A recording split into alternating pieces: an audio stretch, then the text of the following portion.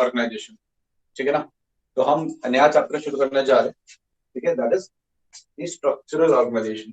अब देखिए ये चैप्टर आपको इम्पोर्टेंट है क्योंकि आपने देखा था कि हम क्या कहते हैं बायोमोलिक्यूल्स पढ़ रहे थे। सॉरी बायोमोलिक्यूल्स कह रहा हूँ, हम डाइजेस्टिव सिस्टम पढ़ रहे थे ना इससे पहले एक टॉपिक के अंदर, है बेटा? Yes sir. तो डाइजेस्टिव सिस्टम में हमने देखा था कि कुछ टॉपिक्स में कनेक्टिव टिश्यू, कुछ टॉपिक्स में एपिथेलियल टिश्यू, ये सब चीजें भी आ रही थी। आ रही थी नहीं आ रही थी? Yes sir. हाँ, तो कुछ टॉपिक्स में ये सब भी आ रहा था। तो इसमें स्ट्रक्चरल ऑर्गेनाइजेशन वाला जो चैप्टर है जिसमें एनिमल टिश्यू वगैरह की बात होती है वो इसलिए काफी इंपॉर्टेंट हो जाता है। ठीक है, अच्छा तो बात कर रहे हैं about the structural organisation. Board नजर आ रहा है आप लोगों को?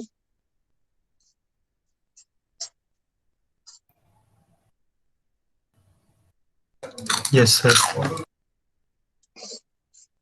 पढ़ा हुआ दिख रहा है जो लिखा हुआ है? Yes sir. ठीक है, तो ये स्ट्रक्चरल ऑर्गेनाइजेशन की हम बात कर रहे हैं। अब स्ट्रक्चरल ऑर्गेनाइजेशन वाले चैप्टर के अंदर ना दो पार्ट्स हैं, एक है पार्ट 1 और एक है पार्ट 2। अब जो बेटा पार्ट 1 है, ठीक है, पार्ट 1 के अंदर आता है आपका एनिमल टिश्यू, कि भाई एपिथेलियल टिश्यू या कनेक्टिव टिश्यू या मस्कुलर टिश्यू या नर्वस टिश्यू, ये चार चीजें आती हैं। और जो आपका दूसरा है पार्ट 2, उसमें आता है आपका कॉकरोच। और कॉकरोच और आर्थ्रोपोडा में मैंने ऑलरेडी करा दिया कॉकरोच, तो पार्ट 2 तो हमको करना ही नहीं है। ठीक है, हमारे मोटिव या हमारा काम करना है सिर्फ दी पार्ट 1। तो हमारा सिर्फ पार्ट 1 हमारा क्या रहेगा, मोटिव रहेगा। तो पार्ट 1 के हिसाब से हम क्या करेंगे, पढ़ाई करेंगे। ठीक है, क्लियर? तो अब मुझे आप लोगों से जानना है वन बाय वन, ठीक है, कि आप क्या जानते हैं एनिमल टिश्यू के बारे में। और मुझे आयुष बताएंगे जरा, और अपना जरा कैमरा ऑन करके बताएंगे मुझे, और अपना माइक ऑन करके बताएंगे।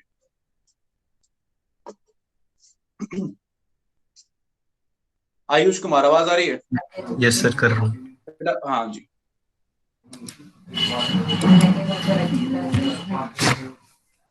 सर हाँ तो ये अभी नहीं आएगा सर। ये तो आएगा, ये 5-6 दिन लगा के आयुष जी। Yes sir. हाँ बेटा, क्या जानते हैं एनिमल टिश्यू के बारे में? सर ज्यादा कुछ नहीं। फिर भी basic idea. Sir animal tissue में बेसिक आइडिया सर, मतलब कहते हैं स्ट्रक्चरल यूनिट ऑफ उसकी सर वो होती है सेल। एनिमल टिश्यू के बारे में क्या जानते हो? टिश्यूज के बारे में, एनिमल टिश्यू जानते हैं? क्या टाइप के होते हैं, क्या होते हैं? टिश्यू क्या होता है? सर टिश्यू सर कहते हैं सेल से बना होता है। अच्छा, बेटा कोई बात नहीं, ये अर्पित से बात करेंगे, अर्पित यादव से।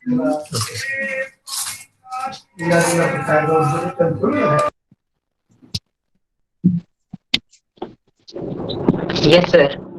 हाँ अर्पित जी बताइए जरा, same question. Sir animal tissue basically group of cells होता है जो स्पेसिफिक फंक्शंस करते हैं। अच्छा, एनिमल टिश्यू कोई भी टिश्यू? सर कोई भी टिश्यू। कोई भी टिश्यू ग्रुप ऑफ सेल होता है जो स्पेसिफिक फंक्शन करते हैं। बहुत ही बड़े बता बेटा।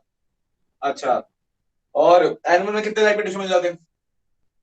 सर 4। 4 टाइप के मिल जाते हैं। क्या, कौन कौन से?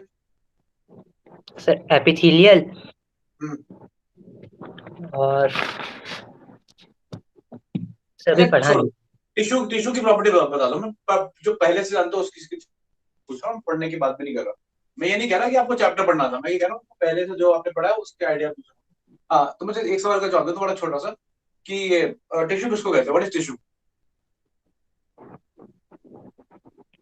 सर ग्रुप ऑफ सेल्स जो फंक्शंस करते हैं जिनसे बॉडी बनी होती है। ठीक है, और कुछ? No sir. ठीक है, हर्षिता, हर्षिता प्रसाद। Yes sir. हाँ बेटा, ये बताइए कि आप क्या समझते हैं टिश्यू के बारे में? So tissues are group of cells that performs a specific function. मतलब So वो एक ग्रुप ऑफ सेल्स होते हैं जिनका अपना अपना काम होता है, स्पेसिफिक फंक्शन होता है, वो मिलकर एक नहीं, काम करते हैं, सबके लिए डिवाइडेड होते हैं। बेटा अपना अपना काम हो गया तो फिर स्पेसिफिक फंक्शन कैसे हुआ? फिर तो डिफरेंट फंक्शन हो गया ना। मतलब सर एक का सिर्फ एक काम होता है, एक स्पेसिफिक फंक्शन में सारा सिर्फ एक टिश्यू लगेगा अगर ग्रुप है जो got it, tissue got it. का। ठीक है बेटा, बंद कर लीजिए माइक और कैमरा दोनों। Thank you very much. चलिए तो बेटा, आप सब लोगों से मैंने पूछ लिया कि क्या होता है टिश्यू आपके हिसाब से। अभी आइए मैं आपको थोड़ा सा आइडिया देता हूँ। ठीक है, बोर्ड पे पढ़ा जा रहा है ना, क्लियर है ना आप लोगों को जो रीडिंग लिखी हुई है, फॉन्ट वगैरह यस साइज? Yes. यस। तो मैं आपको बताना चाह रहा हूँ कि आखिर सबसे पहला सवाल है कि आखिर टिश्यू क्या होता है। आप पहले टिश्यू समझेंगे कि टिश्यू क्या है, उसके बाद ही बाकी सारे सवाल आएंगे। सवाल तो बेटा टिश्यू का है कि टिश्यू क्या होता है, व्हाट एग्जैक्टली टिश्यू इज। अब टिश्यू पहले आप समझिए, it is a group of cells. पहला कॉन्सेप्ट आ गया, it is a group of cells. Cells का ग्रुप है, पॉइंट नंबर 1। ठीक है, मतलब एक सेल टिश्यू नहीं हो सकता, हमेशा आपको सेल का ग्रुप चाहिए टिश्यू बोलने के लिए। दूसरी चीज कि they perform a specific function. मान लीजिए एक सेल है, ये सेल, ये सेल, ये सेल, ये सेल, ठीक है ना, ये सब मिलके अल्टीमेटली एक फंक्शन को अंजाम दे रहे हैं। ठीक है, तो अल्टीमेटली अगर ये एक फंक्शन को अंजाम दे रहे हैं तो हम इसको बोलेंगे कि एक टिश्यू है। तो हम एक दूसरी चीज ऐड करते हैं, स्पेसिफिक फंक्शन।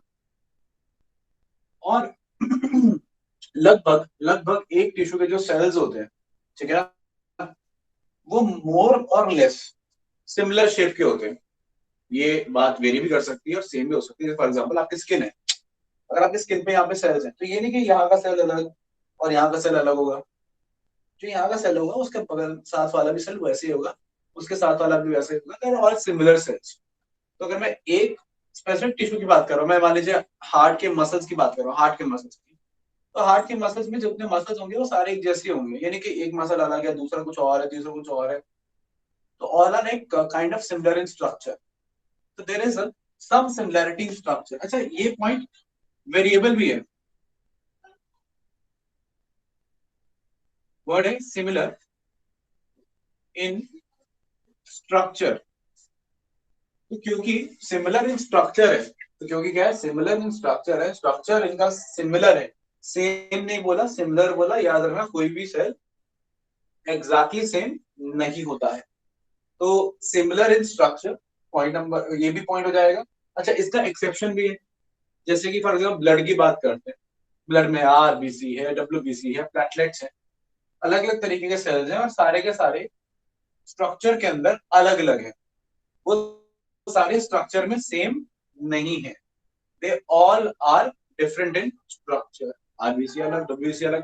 तो एक्सेप्शन भी मिल जाएंगी, ऐसा नहीं कि एक्सेप्शन नहीं मिलेंगी, लेकिन है ना, जनरलाइज्ड व्यू जो टिश्यू होते हैं उनका स्ट्रक्चर क्या रहता है, सिमिलर रहता है। चौथी चीज जो आपको बुक्स वगैरह में नहीं मिलेगी और इम्पोर्टेंट है, और ये आपको कम ही लोग बताएंगे बट इट इज इम्पोर्टेंट, वो ये है कि जो ये होता है, कोई भी सेल होता है, ठीक है, जो कोई भी टिश्यू होता है, they have same origin. Same origin का मतलब ये है कि मान लीजिए मेरे स्किन के सेल है, अगर इन सब का, अगर मेरी कोई इस वाले सेल का ऑरिजिन है मेसोडर्म या एपिडर्म, सॉरी एक्टोडर्म या एंडोडर्म, तो सबका एक्टोडर्म ही होगा। ये नहीं कि इस वाले का एक्टोडर्म दूसरे का मेसोडर्म, नो। एक टिश्यू का जनरल ऑरिजिन क्या और रहता है, सेम रहता है। फॉर एग्जांपल ब्लड है, अब ब्लड का जो सेल्स का जो ऑरिजिन है वो है बेटा मेसोडर्म। Blood is मेसोडर्मली derived. तो ऐसा नहीं कि आरबीसी अलग हो गया, डब्ल्यूबीसी अलग हो गया, प्लेटलेट्स अलग हो गया। आरबीसी भी मेसोडर्म डिराइव्ड है, डब्ल्यूबीसी भी मेसोडर्म से डिराइव्ड है, और प्लेटलेट्स भी मेसोडर्म से डिराइव्ड है। तो चौथा पॉइंट बड़ा इंपॉर्टेंट है कि हैविंग द सेम ऑरिजिन। एक आध एक्सेप्शन आ जाता है, जैसे नर्वस टिश्यू के अंदर अगर हम न्यूरो न्यूरो ग्लायल सेल्स की बात करें, तो जो न्यूरोग्लायल सेल्स हैं नर्वस सिस्टम है वो मेसोडर्म से डिराइव्ड है, बाकी नर्वस टिश्यू एक्टोडर्म से डिराइव्ड है। तो एक आध एक्सेप्शन होगा तो माफ कर देंगे, इग्नोर कर देंगे, कोई वो मैटर नहीं करता।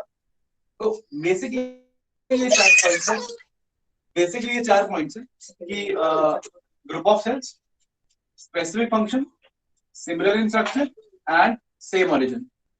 क्लियर है पॉइंट?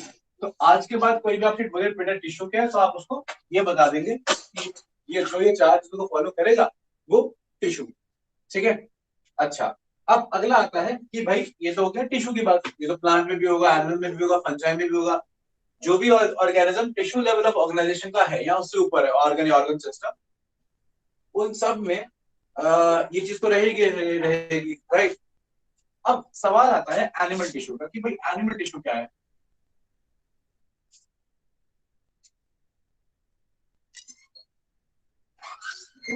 तो बेटा जब एनिमल टिश्यू की बात करेंगे,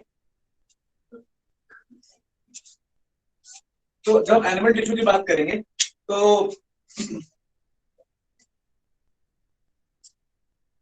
हमारे पास 4 तरीके के टिश्यू है। एपिथेलियम,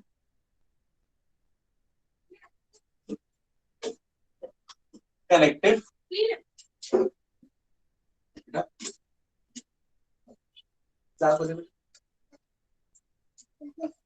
चलिए, तो एक है एपिथेलियल टिश्यू, दूसरा है बेटा कनेक्टिव टिश्यू,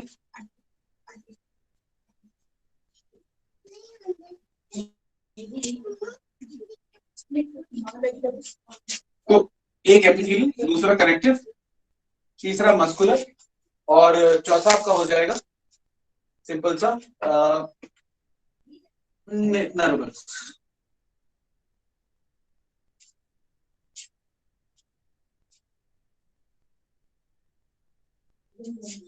ठीक बेटा, तो ये 4 टिश्यू हो गए बेटा आपके, एक epithelial, connective, muscular and nervous. अच्छा, अब इन 4 टिश्यूज के बारे में ना आप थोड़ा सा डिफरेंस समझिए। मैं आपको एक बड़ी इंपॉर्टेंट बात बताता हूँ, बड़ी बारीकी सी बात है, आप माइंड में एकदम फिक्स कर लीजिएगा। एपिथेलियल, एपिथेलियल बेटा वो टिश्यू है जो बॉडी की कवरिंग में मिलेगा, ऑर्गन की लाइनिंग में मिलेगा। आपकी स्किन है, कौन सा टिश्यू है? एपिथेलियल। आपका एलिमेंट्री कैनाल पढ़ाया था उस दिन, उसमें म्यूकोसा पढ़ाया था, ठीक है? वो क्या था? एपिथेलियल, वो लाइनिंग थी ऑर्गन की। आपको उसी में सर्वासा पढ़ाया था, the outer most covering of intestine, वो क्या था? एपिथेलियल। तो कोई भी ऑर्गन ले लो जनरलाइज्ड, उसकी कवरिंग, लाइनिंग, इवन बॉडी की कवरिंग, बॉडी की लाइनिंग, है ना, उन सब में क्या मिलेगा? Epithelial tissue. फंक्शन ये हो गया, सपोर्ट हो गया। अच्छा, ग्लैंड्स, आपका स्वेट ग्लैंड है, सलाइवरी ग्लैंड है, पैंक्रियास, थायराइड, एड्रिनल, ठिकाना, जितने भी ग्लैंड्स हैं,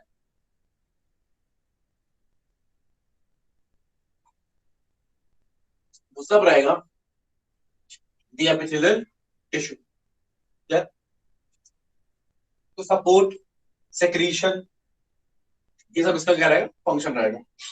कनेक्टिव टिश्यू, अब कनेक्टिव टिश्यू में क्या है? आपका bones, cartilage, tendons, ligaments, blood, lymph, adipose tissue, ये सब किसमें आएंगे? कनेक्टिव टिश्यू, जो किसी तरीके का कनेक्शन कर रहा है, ब्लड चीजों को कनेक्ट कर रहा है इधर उधर, तो कनेक्टिव टिश्यू है। फिर एक होता है एरियोलर कनेक्टिव टिश्यू, जो मस्कुलर टिश्यू और एपिथेलियल टिश्यू को कनेक्ट करता है। टेंडन्स हैं जो बोन्स को मसल से कनेक्ट करेंगे। लिगामेंट है वो बोन को बोन से कनेक्ट करेंगे। तो that is the connective tissue. Mainly connection बना रहा है, चाहे स्ट्रक्चरल हो चाहे फंक्शनल हो। क्लियर? कोई डाउट? अच्छा, आगे बढ़ते हैं, ठीक है, आगे समझते हैं। आगे हमारे पास है मस्कुलर। अब देखिए मस्कुलर बड़ा सिंपल है ये मूवमेंट करी मैंने, ठीक है? मूवमेंट में आपको 2 चीज चाहिए, मतलब अगर मैं कोई मूवमेंट कर रहा हूं, ये मैंने मूवमेंट करी, ठीक है, 2 चीजें चल रही हैं इसमें, 2 चीजें इंपॉर्टेंट है। एक, एक्चुअली 3, मैं बता दो कौन कौन सी। एक तो आपकी हड्डियां, भाई उंगली ऊपर कर, हड्डी ऊपर, हड्डी बोल, फिर ये जितनी कॉन्ट्रैक्शन हो रही है मूवमेंट के लिए, इसमें काम करेगी मसल, तो दूसरे का हो गया मस्कुलर टिश्यू। तीसरी चीज ये बताना कि बोन और मसल एक साथ मिलके कॉन्ट्रैक्ट, मतलब मिलके एक ही डायरेक्शन में जाएंगे, मसल में इतना फोर्स लगना है, इतनी कॉन्ट्रैक्शन होनी है, वो सबका फैसला करना कितनी कॉन्ट्रैक्शन करनी है। क्या कॉन्ट्रैक्ट करूं कि हाथ ऐसे जाए, थोड़ी गलत कॉन्ट्रैक्शन तो ये हाथ मुड़ेगा ही नहीं, ऐसा हो जाएगा गलत, ठीक है बट। तो ये मस्कुलर हो गया जो कॉन्ट्रैक्शन में हेल्प कर रहा है, ठीक है, क्लियर।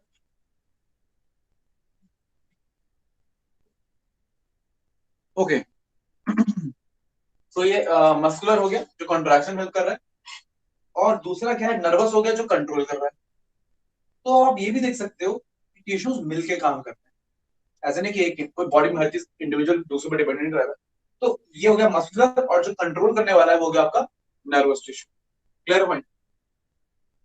तो अब आपकी बॉडी में आप कोई भी पार्ट निकाल लो, आप अपनी बॉडी में जो आपका मन करे, ठीक है ना, एक फोर्सेप लिया आपने, ठीक है, एक और कोई भी टिश्यू निकाल लिया, हाथ से निकाल लिया, लिवर से निकाल लिया, किडनी से निकाल लिया, एक हाइपोथेसिस वाली बात कर रहा हूँ, इमेजिनरी बात कर रहा हूँ कि आपका जो सा मन है, जौन सा मन है, जौन से ऑर्गन में से जौन सा टिश्यू निकाल लो आप, वो इन चारों में किसी एक कैटेगरी में फॉल करे। अगर आपने टिश्यू निकाला है तो इन चारों में से एक कैटेगरी में फॉल करे, इसके बाहर कोई टिश्यू नहीं होता ह्यूमन बॉडी के अंदर या किसी भी एनिमल की बॉडी के अंदर, ठीक है। अच्छा, आप कोई ऑर्गन निकाल लो, हार्ट, लिवर, किडनी, इंटेस्टाइन, जो आपको ऑर्गन बढ़िया लगता हो उस ऑर्गन को आप निकाल लो, ठीक है। मेरी आवाज क्लियर आ रही है आप लोगों को? यस सर, आ रही है। तो अब आपको क्या कह रहा हूं मैं, कोई भी अपना मनपसंद जो है ऑर्गन आप को इमेजिन कर लीजिए। अब उस ऑर्गन के अंदर, उस पूरे ऑर्गन के अंदर आपको एपिथेलिया भी मिलेगा, कनेक्टिव भी मिलेगा, मस्कुलर भी मिलेगा, नर्वस भी मिलेगा। मतलब हर ऑर्गन के अंदर आपको हर तरीके का टिश्यू मिलता है। अगर आप बोलोगे कि नहीं नहीं हार्ट में तो सिर्फ मस्कुलर टिश्यू है, नो, हार्ट में एपिथेलिया भी है, हार्ट में कनेक्टिव भी है, उसका पैराकार्डियम उसका कनेक्टिव टिश्यू है, ठीक है, उसमें एपिथेलियल भी है, उसकी इनर लाइनिंग बनी हुई है अच्छा, उसमें मस्कुलर है, ऑफ कोर्स हार्ट 85% मस्कुलर है, और नर्वस तो है ही, क्योंकि बिना नर्वस कंट्रोल के तो होते ही नहीं। तो कहने का इन शॉर्ट यही मतलब है कि किसी भी ऑर्गन के अंदर आपको ये सारे के सारे टिश्यूज मिल जाएंगे, ठीक, क्लियर। यहां तक किसी को कोई डाउट है तो पूछ लीजिए, वरना will be moving forward towards epithelial tissue directly.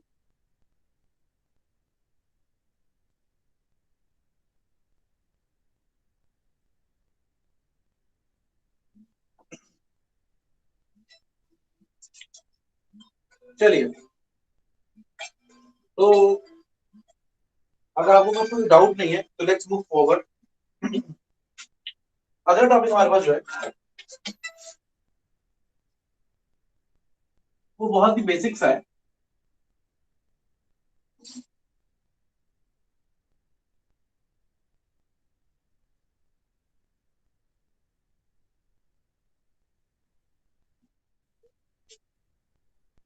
बेटा वो है दी एपिथेलियल टिश्यू।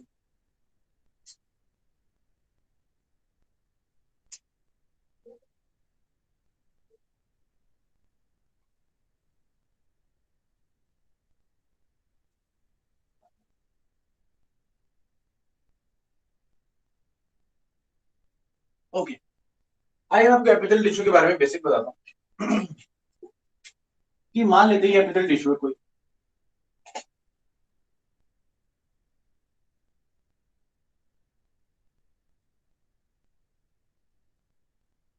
किसी भी एपिथेलियल टिश्यू की कुछ प्रॉपर्टीज है। पहली प्रॉपर्टी ये है कि इसके बीच में आपको जो स्पेस है वो कम मिलेगा।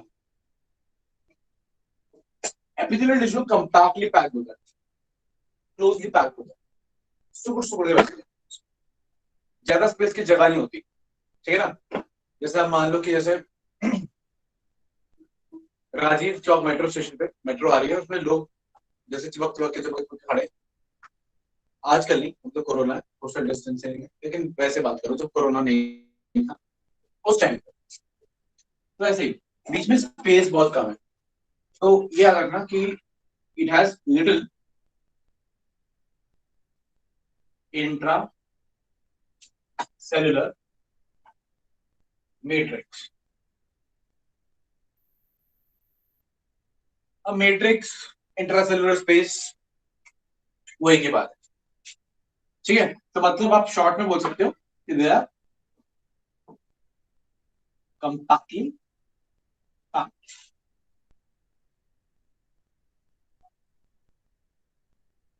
compactly packed, closely packed। Okay, आगे बढ़ते हैं, लेट्स मूव फर्दर। अब एपिथेलियल टिश्यू मिलेगा कहां पे? मिलेगा या तो किसी ऑर्गन की, ठीक है ना, या बॉडी की, ऑर्गन या बॉडी बोल देंगे। एक बताया, या तो कवरिंग में, या तो कवर करेगा, कवरिंग कर लीजिए, कवरिंग लिख लीजिए इसको, ठीक है, या लाइनिंग में। तो बॉडी की कवरिंग में या बॉडी की, ऑर्गन की बॉडी, सॉरी, ऑर्गन की कवरिंग में या लाइनिंग में, या बॉडी की कवरिंग में या लाइनिंग में, जैसे बताया। अच्छा, इसका एक सरफेस तो रहेगा फ्री सरफेस।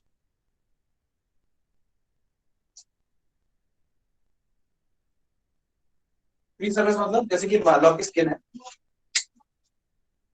स्किन का एपिथेलियल टिश्यू है, इसका फ्री सरफेस बेटा किधर है? Outside the body, free surface बाहर की तरफ। अच्छा, एलिमेंट्री कैनाल को इमेजिन करो, जो आपका एलिमेंट्री कैनाल था, मान लो एलिमेंट्री कैनाल है ना, इसके लाइनिंग का फ्री सरफेस कहाँ है? तो मान लो स्टमक की लाइनिंग का, उसका फ्री सरफेस कहाँ है? स्टमक की कैविटी के अंदर, आउटर कवरिंग है स्टमक की, उसका फ्री सरफेस कहाँ है? बॉडी कैविटी के अंदर।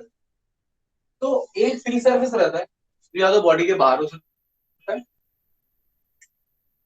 बॉडी के अंदर हो सकता है, ऑर्गन की कैविटी के अंदर की तरफ हो सकता है, तो एक रहता है फ्री सरफेस।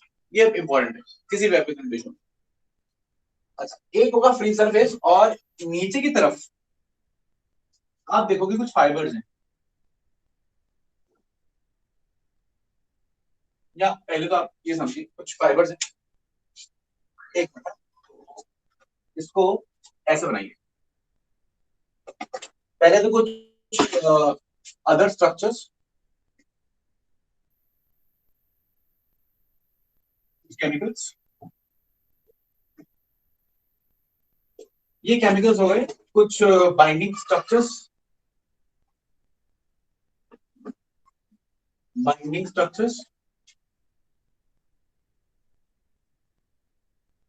बाइंडिंग केमिकल, जैसे कि म्यूकोपॉलीसैकेराइड,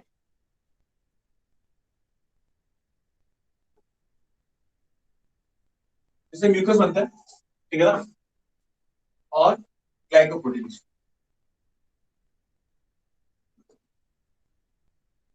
तो ये नीचे बाइंडिंग सर्फेसेस में कुछ म्यूकोपॉलीसैकेराइड्स, मतलब चिपचिपे पॉलीसैकेराइड। चिपचिपे पॉलीसैकेराइड मतलब जैसे कि मान लीजिए सलाइवा में म्यूकस है, ठीक है ना, आपकी जो नाक की नोजी होती है, ठीक है ना, उसमें म्यूकोपॉलीसैकेराइड्स होते हैं। भिंडी को काटेंगे, भिंडी चिपकती है, उसमें म्यूकोपॉलीसैकेराइड्स होते हैं, ठीक है ना। तो चिपचिपे पॉलीसैकेराइड्स प्लस सम ग्लाइकोप्रोटीन्स, ग्लाइको मतलब शुगर और प्रोटीन मतलब प्रोटीन ऑफ कोर्स, तो वो प्रोटीन जिसपे शुगर लगा हो दैट इज ग्लाइकोप्रोटीन। तो ऐसे कुछ स्ट्रक्चर्स देखो, ये वाला पार्ट बनाते हैं जो ऑफ कोर्स सेल्स ने सीक्रेट किया है, प्लस यहाँ रहते हैं कुछ फाइबर्स।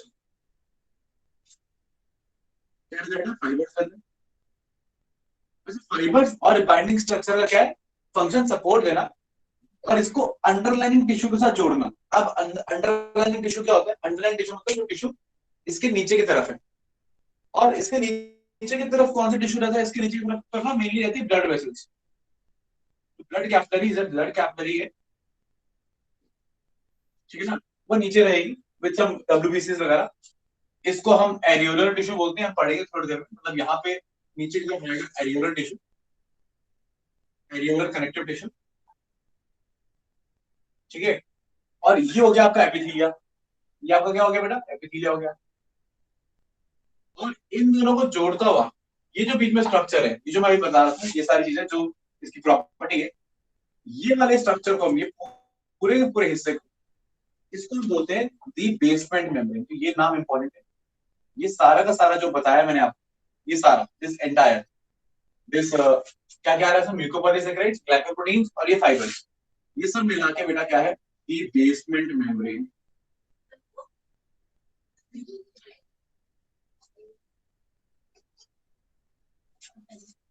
तो बेटा क्या हो गया? वो बेसमेंट, बेसमेंट मेम्ब्रेन हो गई। Got the point? तो ये हो गया एपिथेलियल टिश्यू। नीचे हो जाता है जहां ब्लड कैपिलरी है, दैट इज कनेक्टिव टिश्यू। और बीच में उनको जोड़ता हुआ क्या हो गया? The basement membrane. तो हर एक एपिथेलियल टिश्यू के दो चीजें होंगी, एक बेटा उसका फ्री सरफेस रहेगा, ठीक है, एक उसका बेसमेंट मेम्ब्रेन रहेगा।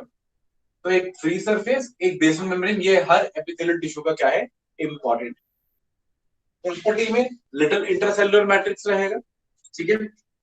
दूसरा, क्योंकि आपने देखा कि ब्लड जो है नीचे आ रहा है, ऊपर डायरेक्टली नहीं जा रहा, तो that they are, they have low vascularity और दे आर स्लाइटली वेस्कुलर।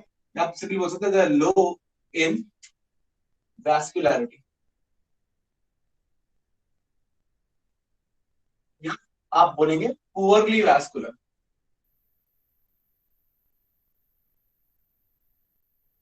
क्या बोलेंगे? Poorly vascular.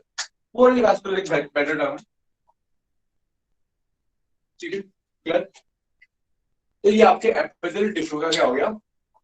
प्रॉपर्टी हो गई। अच्छा, इंपॉर्टेंट ये है कि फाइबर्स, ये जो मैंने बताया, ये फाइबर्स किस तरीके के होते हैं? ये फाइबर्स प्रोटीन फाइबर्स होते हैं। Fibres are protein fibres. ये मैं अलग इंफॉर्मेशन अलग तरह से बता रहा हूं। जो फाइबर्स रहेंगे बेटा, फाइबर्स जो मैंने बात करी फाइबर्स की, ये फाइबर्स प्रोटीन फाइबर्स, प्रोटीनेशियस होते हैं, प्रोटीनेशियस। प्रोटीन के में देखो मैं PROTIN, प्रोटीनेशियस होते हैं, ठीक है। या तो बने होंगे कोलाजन प्रोटीन से, तो हो जाएंगे कोलाजन फाइबर्स, या बने होंगे इलास्टिन प्रोटीन से और हो जाएंगे इलास्टिक फाइबर्स। कोलाजन येलो होते हैं और ब्रांच होते हैं,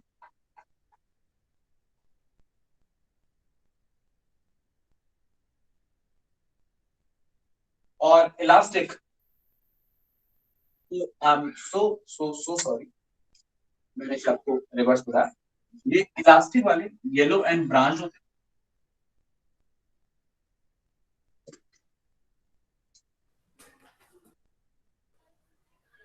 येलो एंड ब्रांच,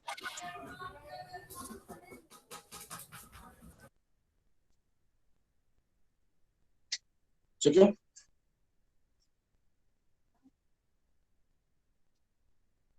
ओके, और कोलाजन जो है व्हाइट एंड अनब्रांच होते हैं, ठीक है। तो बेटा दो तरीके के फाइबर्स है, ठीक। एक है कोलाजन फाइबर्स जो व्हाइट है और अनब्रांच्ड है। अब अनब्रांच ये फाइबर्स होते हैं, ये फ्लेक्सिबिलिटी में कम होती है, ये टफ होते हैं, ठीक है ना। जैसे आपके दांत है ना, आपके गम्स हैं, आपके जो गम्स है बेसिकली कोलेजन फाइबर्स के बने हुए हैं, ठीक है ना। आपके कई सेल्स को साथ में बाइंड करके रखने वाले कोलेजन फाइबर्स होते हैं। They are very important, they are very tough and white. Elastic नाम जैसा कह रहा है, इलास्टिक होते हैं, स्ट्रेचेबल होते हैं, थोड़े फ्लेक्सिबल होते हैं, ठीक है ना। येलो इन कलर होते हैं, ठीक है। और ऑफ कोर्स ब्रांच रहते हैं, कैसे रहते हैं? ब्रांच। तो elastic are flexible, elastic and branch, and yellow collagen are white and unbranched. ये आप थोड़ा सा आइडिया माइंड में रखेंगे। लास्ट में मैं आपको बहुत ही सिंपल चीज बताना चाहता हूँ कि एपिथेलियल टिश्यू आप दो कैटेगरी का पढ़ेंगे। एपिथेलियल को आपको मैं दो कैटेगरी का पढ़ाऊंगा बेसिकली। एक सिंपल, जिसमें एक ही लेयर रहेगी, मतलब अगर एक ही लेयर है दैट इज सिंपल। और कंपाउंड बोलेंगे, अगर लेयर्स कैसे रहेंगी, मल्टीपल। अगर मल्टीपल लेयर्स रहेंगी तो बोलेंगे बेटा कंपाउंड एपिथेलिया, और अगर लेयर्स एक ही रहेगी तो बोलेंगे सिंपल एपिथेलिया। तो दो तरीके का बेसिकली डिवीजन है, एक सिंपल और एक कंपाउंड। बताने की जरूरत नहीं है कि जो सिंपल एपिथेलिया होगा उसके सारे सेल्स बेसमेंट मेम्ब्रेन से जुड़े होंगे, लेकिन जो कंपाउंड होगा उसके सिर्फ लास्ट की लेयर के सेल ही बेसमेंट मेम्ब्रेन से जुड़े होंगे, बाकी सेल्स बेसमेंट मेम्ब्रेन से जुड़े नहीं होंगे। अब इतना ही है फिलहाल एपिथेलिया के बेसिक पॉइंट्स के बारे में। इसके आगे हम क्या पढ़ने वाले हैं, डिफरेंट टाइप्स ऑफ एपिथेलिया और वो कहाँ कहाँ मिलते हैं उसके एग्जांपल्स। लेकिन वो एग्जांपल तो आपको टाइम के साथ याद हो जाएंगे। आप डाइजेस्टिव सिस्टम पढ़ोगे वहां पे डाइजेस्टिव वाले एग्जांपल याद हो जाएंगे, रेस्पिरेटरी, सर्कुलेटरी, एक्सक्रीटरी, रिप्रोडक्टिव, तो वो टाइम के साथ याद हो जाएंगे। वो एक्चुअली इंपॉर्टेंट वो है, लेकिन वो मुश्किल नहीं है याद रखना, क्योंकि वो आगे भी आएगा।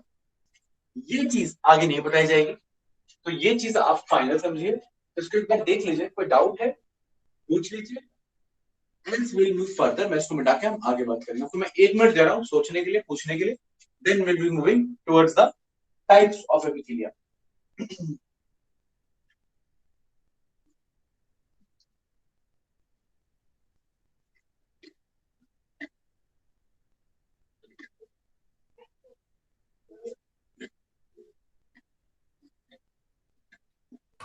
सर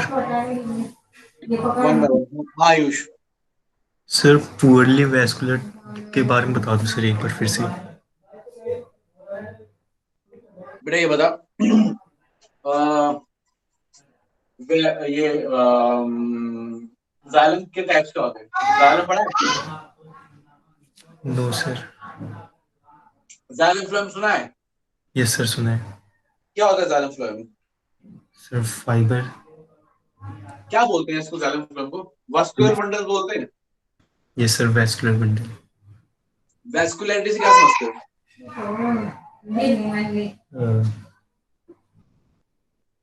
सर मतलब इकट्ठे। नहीं, बंद कर लो, मैं बताता हूँ। Okay sir. ये सब लोग सुन लीजिए, दिस इज वेरी सिंपल, बहुत ही बेसिक है। वैस्कुलर मतलब वेसल्स, यहाँ मतलब है blood vessels. Blood supply rich है, ब्लड वेसल्स बहुत सारे आ रहे हैं, मेनली कैपिलरीज, मेनली कैपिलरीज आ रही हैं। तो बोलते हैं कि this tissue is highly vascular. जैसे आपका एरियुलर कनेक्टिव टिश्यू, यहाँ पे ब्लड सप्लाई आ रही है, और जहां ब्लड सप्लाई डायरेक्ट नहीं है, जैसे मैं पहले एग्जांपल देता हूँ और टिश्यू के जो हाईली वैस्कुलर है, आपके एल्वियोलाई, लंग्स, लंग्स को हाईली वैस्कुलर ऑर्गन मानते हैं, ठीक है ना, समझ रहे हो? अच्छा, अगर मैं जनरलाइज एपिथेलियल टिश्यू की बात करूं तो एपिथेलियल टिश्यू वैस्कुलर है, नो डाउट, क्योंकि बिना ब्लड सप्लाई के तो कोई भी चीज नहीं रह सकती। ब्लड सप्लाई है लेकिन डायरेक्ट नहीं। नीचे कनेक्टिव टिश्यू में तो जो भी चीज चाहिए वो पहले यहां से डिफ्यूज होकर यहाँ आएगी, फिर यहां से डिफ्यूज होकर यहाँ जाएगी। तो जो भी चीज आपको चाहिए आपको इनडायरेक्टली सप्लाई होगी, डायरेक्ट सप्लाई नहीं है। इसलिए मैं बोलता हूँ ए वैस्कुलर ना बोल के मैं बोलता हूँ दे आर पुअरली वैस्कुलर। ये टर्म जब भी मैं इस्तेमाल करूँ ना पुअरली वैस्कुलर की, तो आप यही समझेंगे। जैसे मैं आपको एक और एग्जांपल देता हूँ, आपको मैंने बर्ड्स में बताया था ना एयर सैक्स होते हैं, एयर सैक में ब्लड सप्लाई नहीं होती, तो आप ऐसा बोल सकते हो कि air sacs are poorly vascular, ठीक है? Sorry, air air air sacs are avascular, no vascular. तो जिसमें कोई ब्लड सप्लाई ना हो एवास्कुलर, जहां इनडायरेक्ट हो वो पुअरली वैस्कुलर, और जिसमें डायरेक्ट हो खूब सारी हो वो प्रॉपर्ली वैस्कुलर।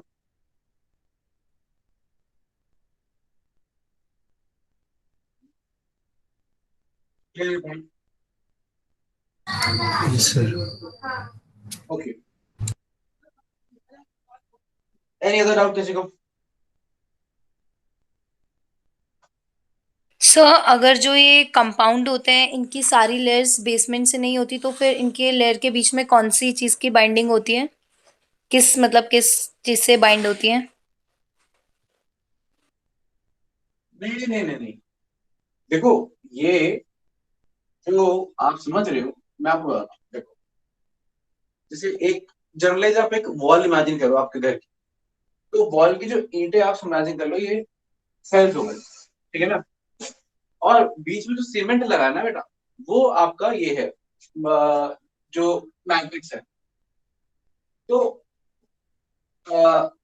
मैट्रिक्स तो बीच में रहता ही है ना, उसकी अपनी एडरिंग जंक्शन वो सब तो रहती रहती है, ठीक है ना। तो सेल्स अलग चीज से बाइंडेड है, और बेस मेम्ब्रेन तो उसको नीचे कनेक्ट करने के लिए है। फॉर एग्जांपल कि आपकी ईंटों की दीवार सीमेंट से लग गई, अब आपने उसके ऊपर ये क्या कहते हैं, इसमें सीमेंट दोनों सारी ईंटों को जोड़ने के लिए लगा, वो समझ लो इंटरसेलुलर मैट्रिक्स हो गई। फिर आपने ऊपर भी उसका प्लास्टर किया, प्लास्टर को बोलते किया, सीमेंट से किया। जो ऊपर सीमेंट लगा दीवार को कवर करने के लिए, वो बेटा आपका क्या हो गया, ये समझ लो कि ये बेसमेंट मेम्ब्रेन और ये कनेक्टेड टिश्यू हो गया। तो जिससे ईंटें जुड़ी हुई हैं, जैसे जैसे टिश्यूज जुड़े हुए हैं, सेल टू सेल जुड़े हुए हैं, वो जॉइंट्स अलग है ना। और ये वाला जो है ये डिफरेंट है, उसका इससे कोई लेना देना नहीं है। Got it? Yes sir. हाँ जी। किसी और को कोई और डाउट?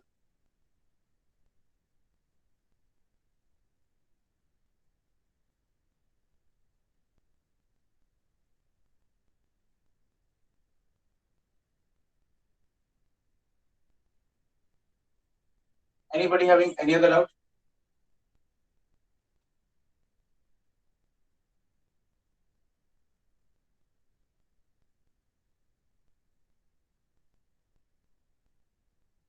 No sir.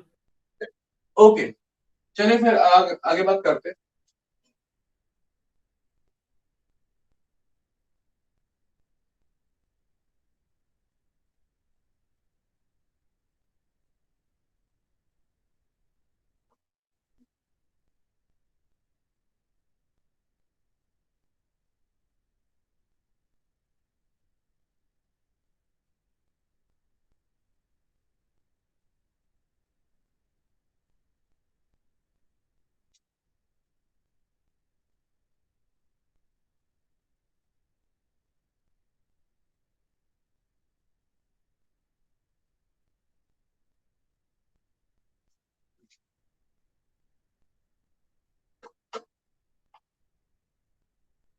ओके, तो देखिए एपिथेलियल टिश्यू की जब हम बात करेंगे, तो बेसिकली एपिथेलियल टिश्यू चार टाइप का रहेगा। स्क्वामस, क्यूबॉइडल,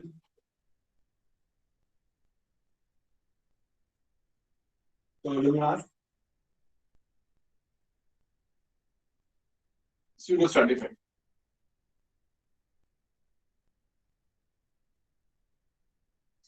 ये चार तरीके के एपिथेलियल टिश्यू है, squamous, cuboidal, columnar, pseudo stratified. अच्छा, ये क्लासिफिकेशन ना कोई ये नहीं है कि कोई किसी किताब में लिखी हो, कि लॉ बना दिया हो कि ऐसे ही करना है। वो सबका अपना अपना तरीका करने का। कुछ बुक्स में आपको मिलेगा कि squamous, ciliated, granular, pseudo stratified. कहीं मिलेगा स्क्वामस, सिलिएटेड और ब्रश बॉर्डर। तो सबका अपना अपना तरीका है क्लासिफाई करने का, ठीक है। मैंने चार तरीके से क्लासिफाई किया, और मैं फिर आगे की सब कैटेगरीज आपको बताऊंगा जैसे जैसे आते जाएंगे। अभी तो हम शुरुआत करेंगे कॉमर्स से, उसमें कोई सब कैटेगरीज नहीं है। क्यूबॉइडल, कॉलमर, सूडो सर्टिफाइड में कैटेगरीज है, जैसे कि ये तीनों ही क्यूबॉइडल, कॉलमर और सूडो सर्टिफाइड। कई लोग ऐसे सूडो सर्टिफाइड को कॉलमर में रखते हैं, क्योंकि एक तरीके से कॉलमर टाइप का ही होता है। तो ये कुछ अलग नहीं है, इसी का मॉडिफाइड वर्जन है, इसलिए डिराइव हुआ है, ठीक है ना। ठीक है, तो इसके आगे फर्दर कैटेगरीज होती है सेरेटेड और ब्रश बॉर्डर, वो हम बाद में पढ़ेंगे। पहले हम बात करते हैं स्क्वामस की। तो क्लासिफिकेशन में परेशान मत होइएगा कि सर इस बुक में तो ग्लैंडुलर भी दिया है, सिलेटेड भी दिया है। इनका तरीका है, मैं आपको ग्लैंडुलर भी पढ़ा दूंगा, सिलेटेड भी पढ़ा दूंगा, सब पढ़ा मैं वो सब दूंगा। कैटेगरी से प्रश्न मत होइए, categorization person to person vary करता है, ठीक है ना, बुक टू बुक वेरी करता है, ऑथर टू ऑथर वेरी करता है, टीचर टू टीचर वेरी कर सकता है, कुछ टीचर बुक्स फॉलो करते हैं, ठीक है, कुछ टीचर्स कुछ और फॉलो करते हैं। मैं जो मुझे सही लगता है 3-4 किताब पढ़ने के बाद, जो ओवरऑल कि जो मोस्ट लॉजिकल लगता है, मैं वो फॉलो करता हूँ। तो this is actually logical kind of thing, आपको समझ में आता है पढ़ेंगे, ठीक है। तो स्क्वामस की बात करते हैं।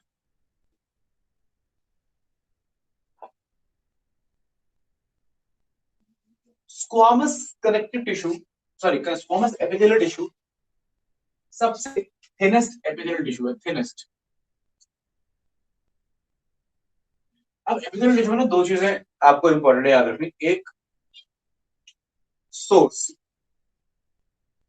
कि कहां मिलता है, where will you find it, ठीक है। जस्ट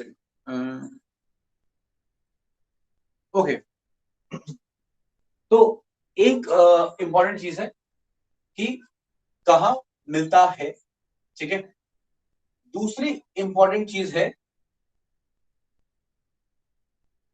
कि फंक्शन क्या है। अब फंक्शन पे डिपेंडेंट है कहां मिलेगा। तो मैं आपको बताता हूं, ये थिनेस्ट एपिथेलिया होता है, क्योंकि ये थिनेस्ट होता है, सबसे पतला होता है। तो मान लो कोई पतली सी जगह है, मान लो एक ये है और एक ये है, ठीक है। एक पर्सन यहाँ खड़ा है, मान लो ये रिवर है, ये पर्सन यहाँ खड़ा है, और ये भी एक रिवर है मेरे से, ये ए बोल देते हैं, ये बी बोल देते हैं। आप अगर ये पर्सन होते हैं तो आप कौन सी रिवर पार करना पसंद करते हैं, ए वाली या बी वाली? सर ए। ए पार करना पसंद करते क्योंकि ये थिन है, क्लियर। तो ये एपिथेलिया भी बेसिकली वहां होता है जहां पे चीजें बेसिकली एक्सचेंज करनी होती है, जहां चीजों का आदान प्रदान करना होता है, जैसे कि फॉर एग्जांपल एयर का आदान प्रदान। अब एयर का आदान प्रदान होता है लंग्स में, लंग्स के अंदर एल्वेओलाई के अंदर। वहां पे हम मोटा एपिथेलिया नहीं रख सकते कि पार करने में ही बहुत टाइम बीत जाए, तो हम सबसे थिनेस्ट एपिथेलिया रखते हैं, सबसे इजी पार करने वाला। वो कौन सा है? The squamous epithelia. अच्छा, नेफ्रॉन के अंदर, नेफ्रॉन किडनी का यूनिट होता है, उसके अंदर क्या होता है? ब्लड आता है, ब्लड से छन के फिल्टर होके, ब्लड से छन के फिल्टर होके चीजें नेफ्रॉन के बोमन्स कैप्सूल में जाती है। अब वहां पे मोटा एपिथेलिया रख सकते, वहां भी पता है कौन सा है? The squamous epithelia. और सारा एक्सचेंज होना किससे? ब्लड कैपिलरी से। ब्लड कैपिलरी से एक्सचेंज होगा मेन, भाई एयर कहाँ जा रही है? ब्लड में जा रही है। यूरिन कैसे बन रहा है? ब्लड से फिल्टर होकर चीजें बोमन्स कैप्सूल में आ रही है, तो यूरिन बन रहा है, फिल्ट्रेशन कहाँ हो रही है? किडनी में। तो ब्लड की फिल्ट्रेशन हो रही है ना, व्हाट इज किडनी में काम क्या होता है? ब्लड की फिल्ट्रेशन, फिल्ट्रेशन करने के लिए क्या रिस्पॉन्सिबल है? एपिथेलिया के।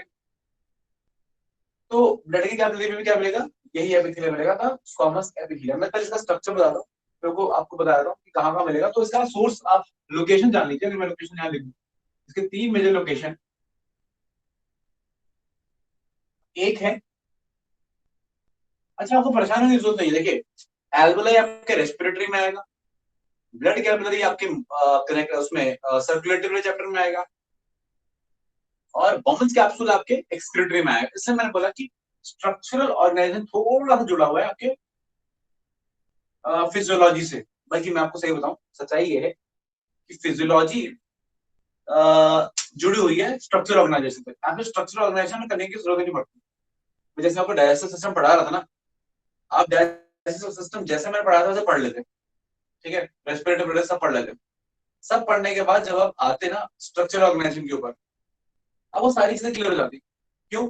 डाइजेस्टिव में बता दिया भाई ये एपिथेलिया, वो एपिथेलिया, वो एपिथेलिया, तब तो आइडिया कि हाँ भाई म्यूकोसा इज एन एपिथेलिया, ये माइंड में है। यहाँ आगे पढ़ लिया एपिथेलिया क्या होता है, वो पूरा एकदम क्लियर हो गया। तो एक्चुअली फिजियोलॉजी समझने के बाद ये चैप्टर पढ़ने की जरूरत ही नहीं पड़ती है एक्चुअल में। ये चैप्टर तो सारे फिजियोलॉजी में कवर हो जाता है। तो आपको ना, अगेन बोल रहा हूँ, आप कॉन्सेप्ट याद रखो क्या है, मेमोरी बेस्ड चीजें भूल जाओ, वो आपको उस पर्टिकुलर चैप्टर के अंदर जाके याद हो जाएंगी। तो बस ये याद रखना कि स्क्वामस इज थिनेस्ट, लोकेशन अभी लिखवा रहा हूँ, इसकी डिटेल्स उस स्पेसिफिक चैप्टर के अंदर आके आपको मिल जाएंगी। ठीक है, तो वहां आपको बिल्कुल परेशान होने की जरूरत नहीं है। तो लोकेशन क्या है, एक है एल्वेलाई, ऑफकोर्स लंग्स लिख लीजिएगा। ठीक है, दूसरा बेटा क्या है, दूसरी लोकेशन क्या बताया मैंने आपको, बॉम्ब्स कैप्सूल,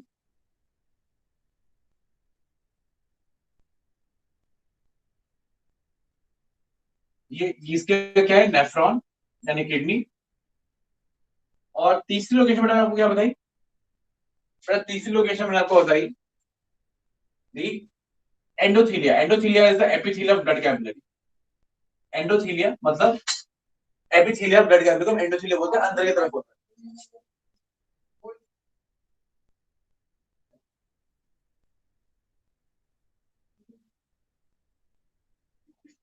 बेटा क्लियर है पूरी? ठीक है, तो ये हो गया इसकी लोकेशन। आइए कुछ स्ट्रक्चर के बारे में पढ़ते हैं। स्ट्रक्चर देखिए इसका कैसा रहेगा।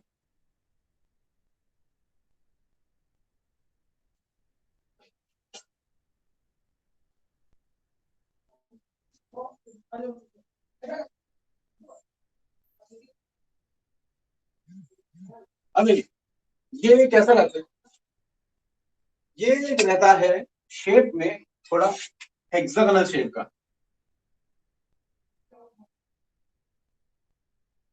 देखा आपने ऐसा पैटर्न कभी? अरे कहाँ देखिए पैटर्न, मैं बताता हूँ। आप साइकिल, आप रोड पे जा रहे हो, रोड के साइड में ना एक पेडेस्ट्रियन पाथ बना होता है, जहाँ लोग पैदल चलते हैं, साइकिल वाइकिल चलाते हैं। कभी जाम लोग तो बाइक पे ले जाते हैं, वो गलत, पर जो भी। तो ये दिल्ली में आपको देखने को मिलेगा। खैर, तो ये वैसे ही नजर आता है, पेडेस्ट्रियन पाथवे जैसा। तो स्क्वामस का एक और नाम है द पेवमेंट एपिथेलिया। से पेवमेंट होगा, पेवमेंट इज द वे जो साइड से जा रहा होता है, ठीक है ना, जहाँ पे पेडेस्ट्रियन पाथ आप कह सकते हो, तो वहां पे ऐसी टाइल्स बिछे रहते हैं, तो वैसा नाम है द पेवमेंट एपिथेलिया शेप की वजह से। ये इसका टॉप व्यू है, मतलब आप ऊपर से देख रहे हैं तो आपको ऐसा नजर आ रहा है। क्लियर पॉइंट आ रही बात समझ? ओके, आगे समझते हैं। इसका जो न्यूक्लियस होता है वो स्मॉल एंड सर्कुलर न्यूक्लियस होता है।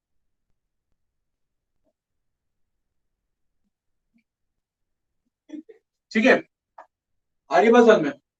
अच्छा, ये तो इसका टॉप व्यू। साइड से देखोगे तो ये ऐसा नजर आए, ये साइड से ऐसा नजर आए। बहुत थिन एपिथेलिया, इजी एक्सचेंज है। ठीक है, इसलिए जहां पे भी एक्सचेंज की जरूरत है वहां पे ये रहता है, that is the squamous epithelia. ठीक, क्लियर? अच्छा, आपने अगर 9th क्लास में एक्सपेरिमेंट किया हो, ये चीक सेल्स निकालकर माइक्रोस्कोप में देखते, तो जो चीक सेल्स में आप एपिथेलिया देखते हो वो भी स्क्वामस होता है, लेकिन मैंने यहां से नहीं लिखवाया क्योंकि उसके अंदर सिर्फ टॉप मोस्ट लेयर स्क्वामस होती है। वो एक्चुअली स्क्वामस एपिथेलिया का ना मल्टीपल लेयर एपिथेलिया आपके चीक में, वो सिंपल नहीं है, वो कंपाउंड है। ठीक है ना? तो चीक जो है आपकी, यहाँ बकल कैविटी जो भी है, चीक वगैरह जो आपकी है, उसका एपिथेलिया का टॉप मोस्ट लेयर भी स्क्वामस है, लेकिन उसे हम सिंपल स्क्वामस में नहीं बोलेंगे क्योंकि वो जो है वो कंपाउंड एपिथेलिया है। ठीक है, हाँ कोई पूछता है उसमें क्या स्क्वामस मिलेगा, तो आप बोलेंगे yes, the superficial layer and top most layer of skin and even buccal cavity या आपका पूरा alimentary canal is made up of only of squamous epithelia. ठीक, क्लियर? किसी को कोई डाउट स्क्वामस एपिथेलिया में?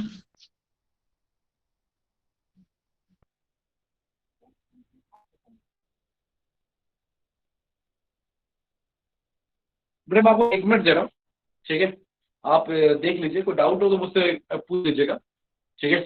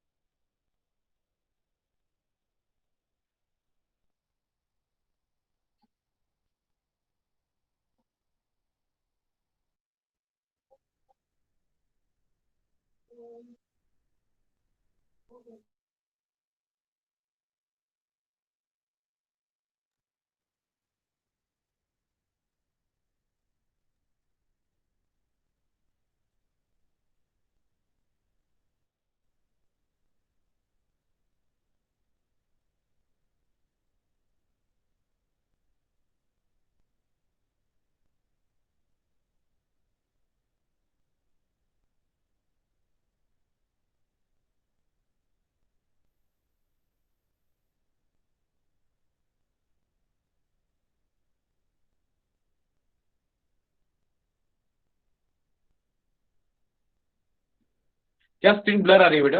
आपको स्क्रीन नजर नहीं आ रही है? सर स्क्रीन अभी विजिबल नहीं है। Yes sir.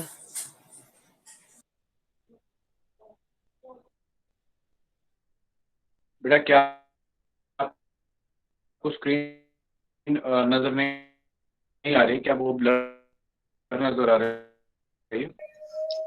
यस सर, सब पर अभी तो स्क्रीन ही नहीं दिख रही।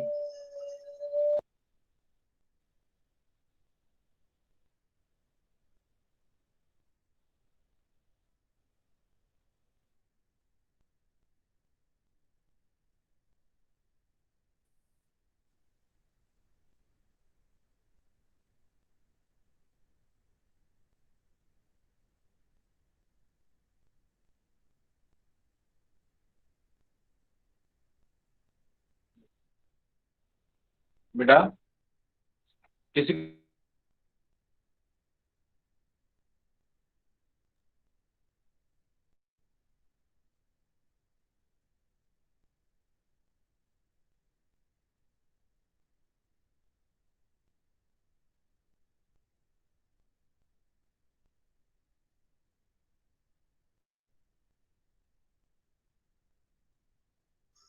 Hello sir.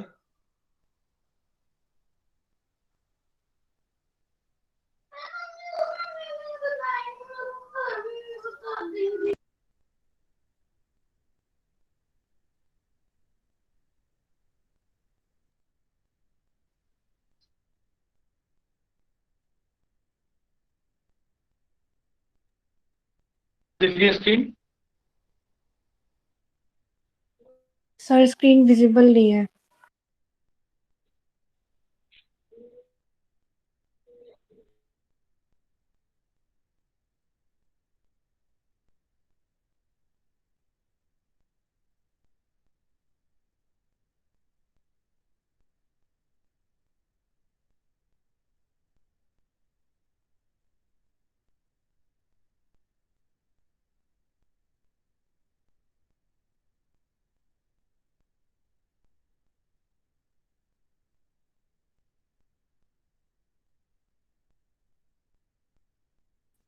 बेटा मेरी बेटा मेरी आवाज आ रही है आप लोगों को? अब यस सर। स्क्रीन नजर आ रही है? Yes sir. क्लियर है स्क्रीन? Yes sir. sir. ठीक है। तो अब बताइए, कोई डाउट है आप लोगों को किसी को?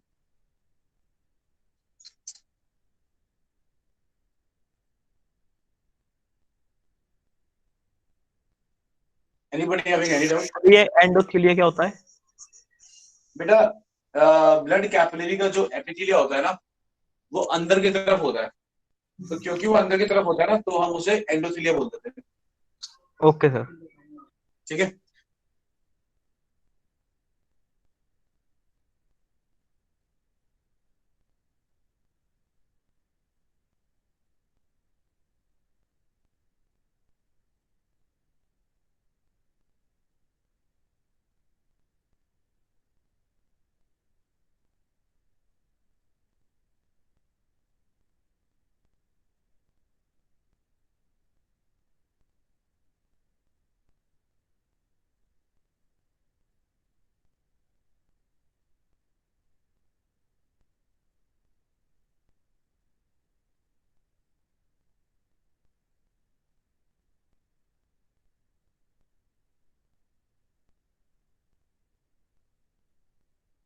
हाँ जी बेटा, आगे बात करें, कंटिन्यू करें? Yes sir. ओके।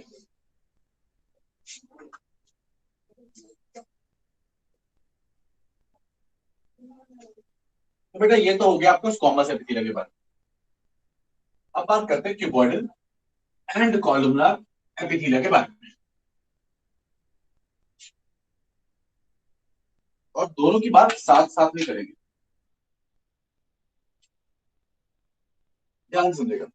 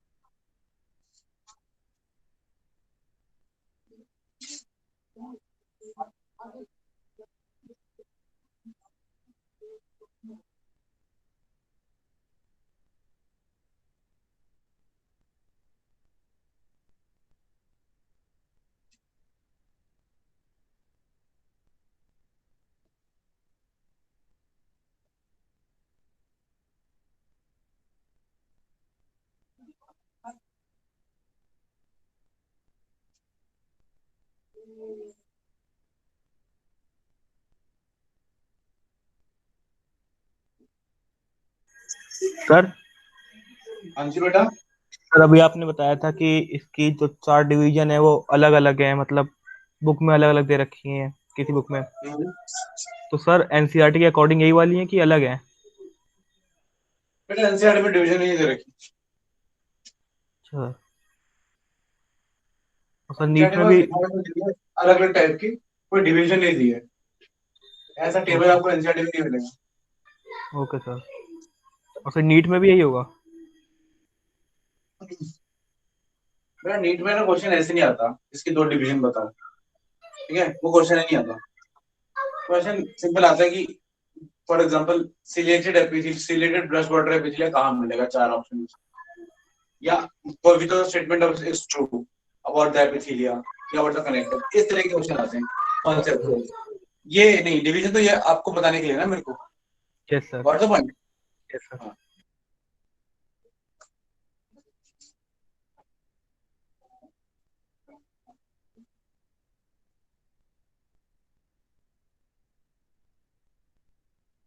और मैं आपको एक बात बताऊं, आप 11वीं क्लास के स्टूडेंट हो, ठीक है, ये नीट से डरने की जरूरत नहीं है कि नीट है पता नहीं क्या आ जाएगा उसमें, मैं आज से ही नीट पे फिर आराम से रहो, चिल करो, ठीक है, आराम से पढ़ो, अच्छे से पढ़ो, क्वालिटी का पढ़ो, जो समझा रहा हो उसके कॉन्सेप्ट क्लियर रखो, नीट विट सब निकल जाएगा ओके सर। अगर आप कॉन्सेप्ट स्ट्रॉन्ग रखोगे तो। ज्यादा टेंशन लोगे कि ये नीट के एग्जाम के लिए ऐसा इंपॉर्टेंट है, वो नीट के एग्जाम के लिए वैसे इंपॉर्टेंट है, नीट में ये नीट में वो, नीट नीट नीट सुबह सुबह शाम दिन रात दिमाग में घुसा रखा है, उससे तुम्हारा कोई भला नहीं हुआ, ठीक है, चिल रहो, एंजॉय करो, अपना खाओ पियो, ठीक है, घूमो फिरो, अपना टाइम टू टाइम पढ़ाई करो, और जितनी करो अच्छे से करो, और पढ़ाई भी ना conceptual, quality of teaching matters, ठीक है ना। ये मैटर नहीं करता कि आपने 6 घंटे 8 घंटे पढ़ रहे, किसी आपके आपके दोस्त ने बोल दिया कि मैं तो 8 घंटे पढ़ता हूँ, उस वक्त तू बेवकूफ है, सिर्फ तू 8 घंटे पढ़ता है, क्योंकि तेरे को 8 घंटे पढ़ने की जरूरत है, ठीक है, 8 घंटे की पढ़ाई की जरूरत नहीं होती है। अगर आप ढंग से अच्छी पढ़ाई करें तो वो उसमें टाइम मैटर नहीं करता, उसमें क्वालिटी मैटर करती है। आपने एक टॉपिक पढ़ा, किस क्वालिटी से पढ़ा, कितना कॉन्सेप्चुअली पढ़ा, आपको कितनी देर रिटेन रहेगा, 2 साल रहेगा, अब उस टॉपिक से आप कितनी और चीजें अंडरस्टैंड कर पा रहे हो अपनी बॉडी के बारे में, एनिमल किंगडम के बारे में, क्या आपके नॉलेज बायोलॉजी के कॉन्टेक्स्ट में कितनी इंप्रूव हुई है, ये चीजें मैटर करती है। ठीक है, और अभी ना नीट वीट का ज्यादा दिमाग में डालो, मुझे पता है तुम नीट की तैयारी कर रहे हो, बट इसको डॉक्टर बनना है, लेकिन उस चीज का भी मत सोचो। 11th वो सोचने के लिए नहीं है, 11th सिर्फ और सिर्फ, 12th भी, उस 12th का भी 6 महीने वो सोचने के लिए नहीं है। वो आखिरी 3-4 महीने होंगे जब हम देखेंगे कि हाँ भाई क्या है नीट का हिसाब किताब।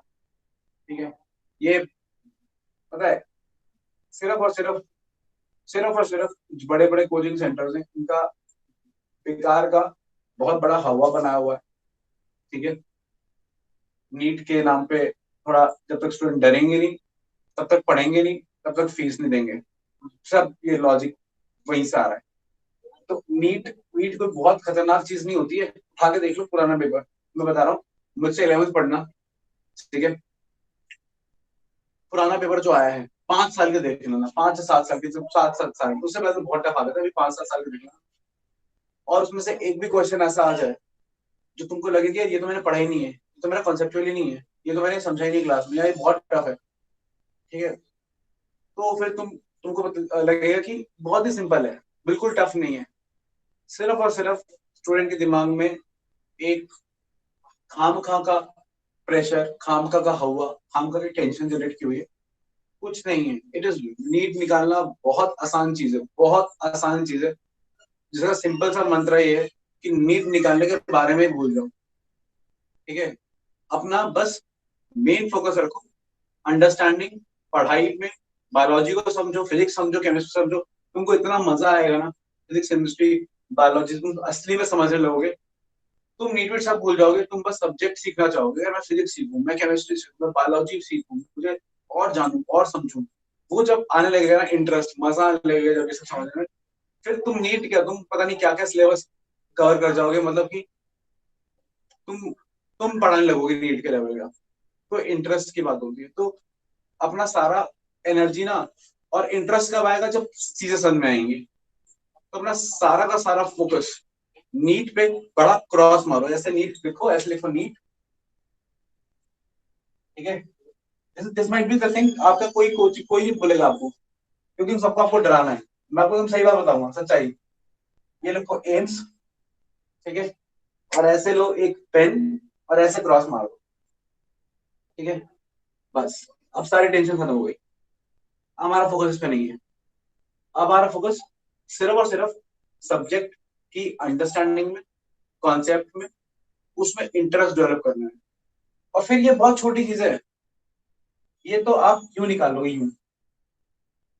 ठीक है, क्लियर, तो don't worry about it, the more you will worry the lesser you will score. चलिए,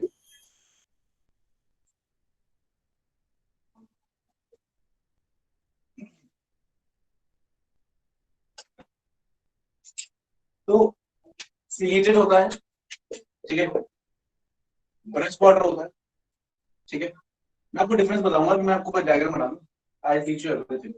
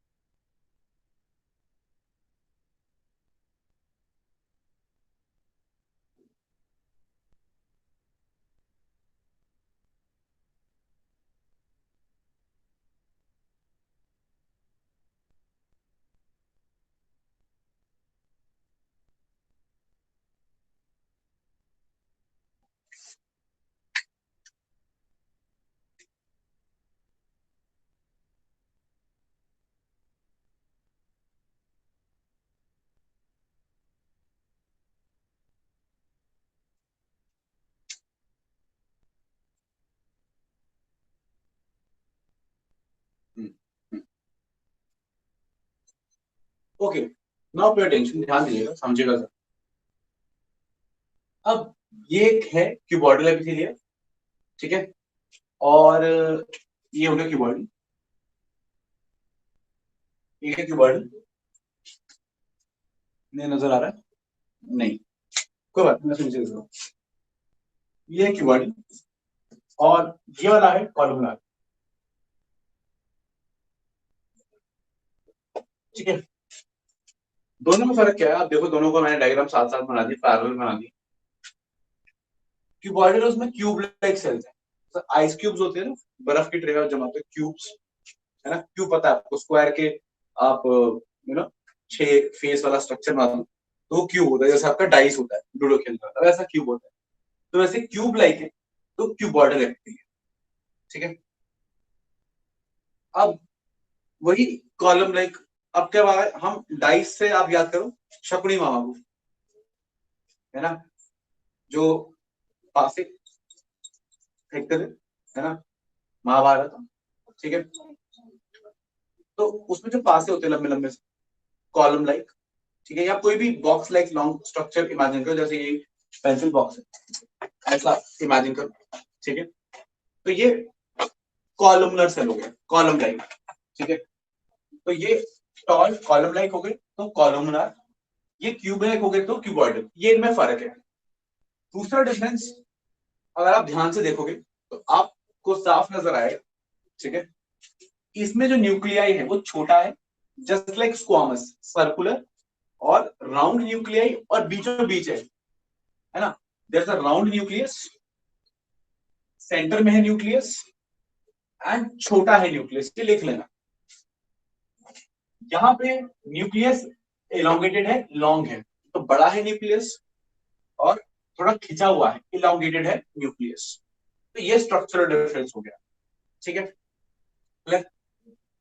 अब क्यूबॉइडल और कॉलमनर एपिथेलिया आपको मिलते कहाँ हैं, ये अगर मैं जनरलाइज बात करूं, आपके simple cuboid and columnar epithelia मिलेंगे आपको। ये ग्लैंड्स की लाइनिंग, मतलब जो सेक्रेटरी पार्ट है, एंड ग्लैंड्स के डक्ट्स में मिलेंगे,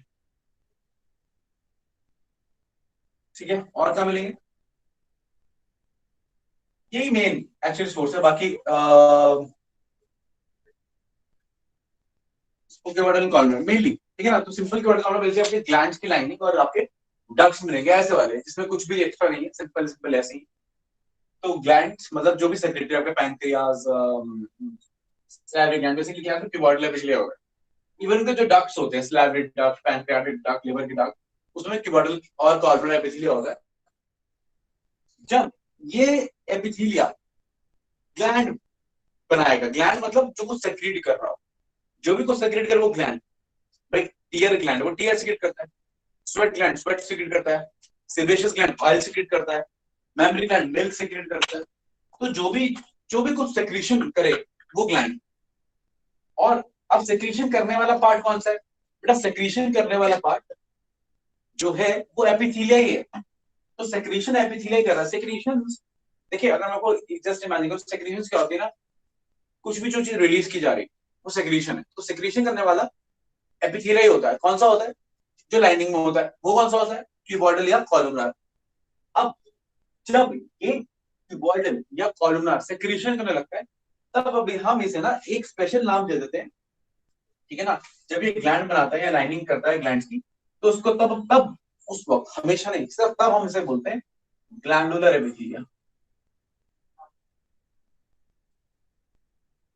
क्या बोलते हैं बेटा, ग्लैंडुलर एपिथेलिया बोलते हैं तब इसको, ठीक है ना।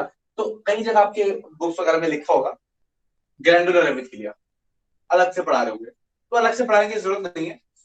डेफिनेशन ही यही है कि व्हेन क्यूबॉइडल और columnar is modified to form, to secrete something, to they modify to form glands, that time we call the columnar and the cuboidal epithelia as the glandular epithelia. That is the definition that to learn, remember, not learn, remember. Now एक बड़ी interesting बात है, NCERT की भी है ये line, और ये जानना भी जरूरी है, एक्सेप्शन, एक्सेप्ट देखिए मोस्टली सारी जो डक्ट्स हैं वो क्यूबॉइडल या कॉलमनार की बनी है, सिंपल क्यूबॉइडल कॉलमनार, इसकी सिंपल मतलब एक लेयर वाले क्यूबॉइडल कॉलमनार की। लेकिन मल्टीपल लेयर ऑफ एपिथेलियम के बने होती है डक्ट्स, कुछ जैसे कि salivary ducts and pancreatic duct. ये दो डक्ट्स ऐसी हैं, ग्लैंड्स नहीं, ग्लैंड्स अभी भी सिंपल है, डक्ट की बात कर रहा हूं जो सेक्रेशन को लेके जाती है। सलाइवरी और पैनक्रियाटिक एक्सेप्शंस हैं, जो सिंपल क्यूबॉइडल की नहीं बनी हुई, वो किसी और टाइप की बनी हुई है, बेसिकली वो कंपाउंड एपिथेलिया की बनी होती है। Clear point? तो ये एक्सेप्शन आप क्या रखेंगे, याद रखेंगे। अब अगली इंपॉर्टेंट चीज क्या है कि what is this ciliated and brush water.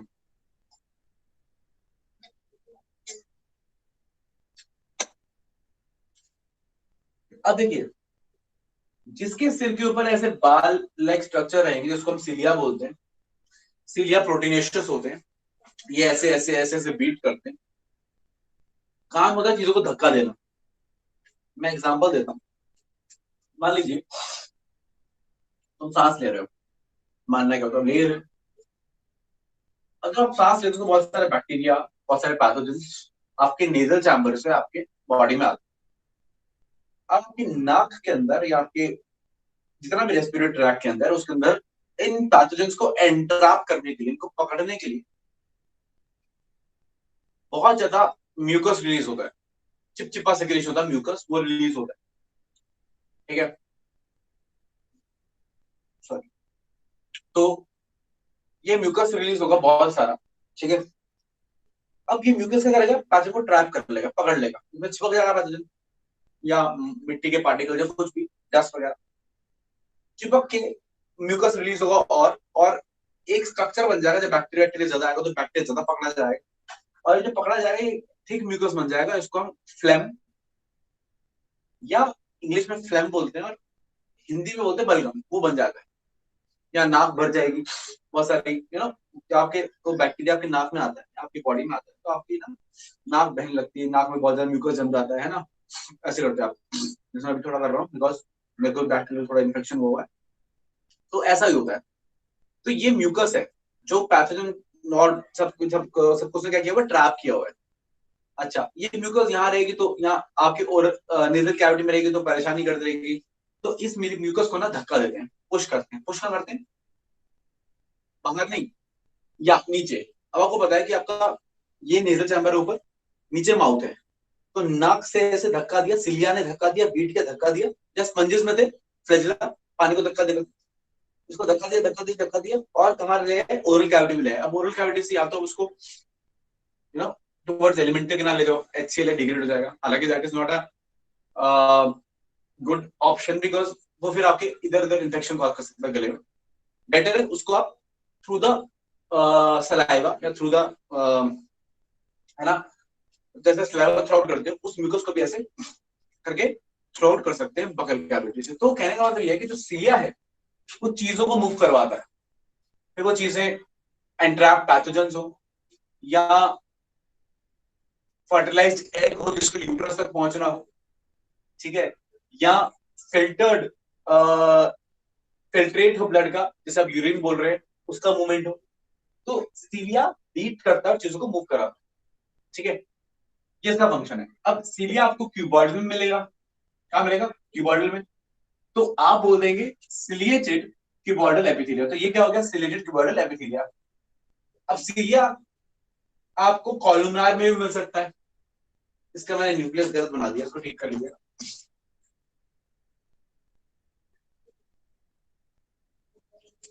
ठीक है ना, सीलिया आपको कॉलमनार में भी मिल सकता है,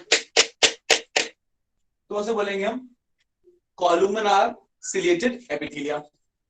तो सिलिएटेड एपिथेलिया के डिफरेंट डिफरेंट वर्जन हैं, ठीक है ना। वो सिंपल क्यूबॉइडल भी हो सकता है, सिलिएटेड में वो कॉलमनार भी हो सकता है, फंक्शन सेम रहेगा, चीजों को मूव कराना। कौन से वाला कहा रहेगा मैं अभी आपको बताता हूँ। फॉर एग्जाम्पल ये वाला रहेगा, सिलिएटेड वाला का एग्जाम्पल अगर हम देखेंगे, ब्रोंकियोल्स, कौन से वाले? Small bronchioles, small bronchioles. And आपको मिलेगा ये नेफ्रॉन में, ठीक है ना। नेफ्रॉन में कहा? नेफ्रॉन के आपको आगे समझ में आएगा, लूप ऑफ हेनले होता है, लूप ऑफ हेनले। ये आप एक्सक्रीटरी में समझ जाएंगे कि क्या लूप ऑफ हेनले, ठीक है। अच्छा, ये वाला कहां मिलेगा? ये इसका एक बेस्ट एग्जांपल है फैलोपियन ट्यूब, फैलोपियन ट्यूब। बेटा फैलोपियन ट्यूब क्या होता है? ये आप क्लास 12 में रिप्रोडक्शन में पढ़ोगे, आपने 10th में पढ़ा होगा कि ये वो ट्यूब है जो ओवरीज को कनेक्ट करती है यूट्रस से। तो एग फैलोपियन ट्यूब में फर्टिलाइज होने के बाद, मतलब फैलोपियन ट्यूब में फर्टिलाइज होने के बाद, मान लीजिए मेरे हाथ को समझ लीजिए, मान लीजिए ये फैलोपियन ट्यूब है ना, ये यहाँ एग फर्टिलाइज हुआ, एग फर्टिलाइज होने के बाद ये इम्प्लांट होता है यूट्रस में, यहाँ पे। तो ये जितना मूवमेंट है यहां से लेके ये यूट्रस तक का, वो जो एग तय करता है मूवमेंट, वो मूवमेंट है because of the beating of the cilia. Movement तो मसल की फोर्स की वजह से, लेकिन जो डायरेक्शन है कि भाई एग है, इधर भी जा सकते हैं, लेफ्ट में जाना का है, इस तरफ, तो डायरेक्शन देना कि किस तरफ एग जाएगा, वो फंक्शन किसका है बेटा? वो सीलिया का है, ठीक है ना। तो fallopian tube is the best example, ठीक है। ये पूछा भी जाता है, ठीक है। तो ये अब मैं आपको बता रहा हूँ ना, तो जहां पे भी ऐसी चीजें आएंगी मैं आपको और खुद से बता दूंगा। तो fallopian tube is a very good example of columnar ciliated epithelia, ठीक, क्लियर। चलिए आगे बढ़ते हैं। अब आगे है हमारे पास ये, देख लो ये। अब मैं एक काम करता हूँ, इसका आगे ना एक लाइन खींच देता हूँ ऐसे, मतलब मैंने ये बना दिया है?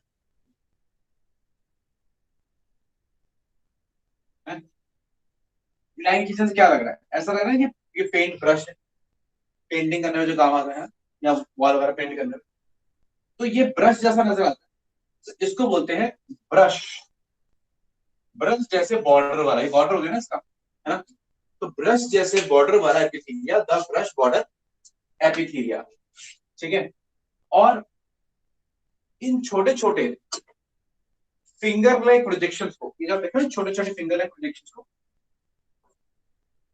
हम बोलते हैं छोटे, यानी माइक्रो।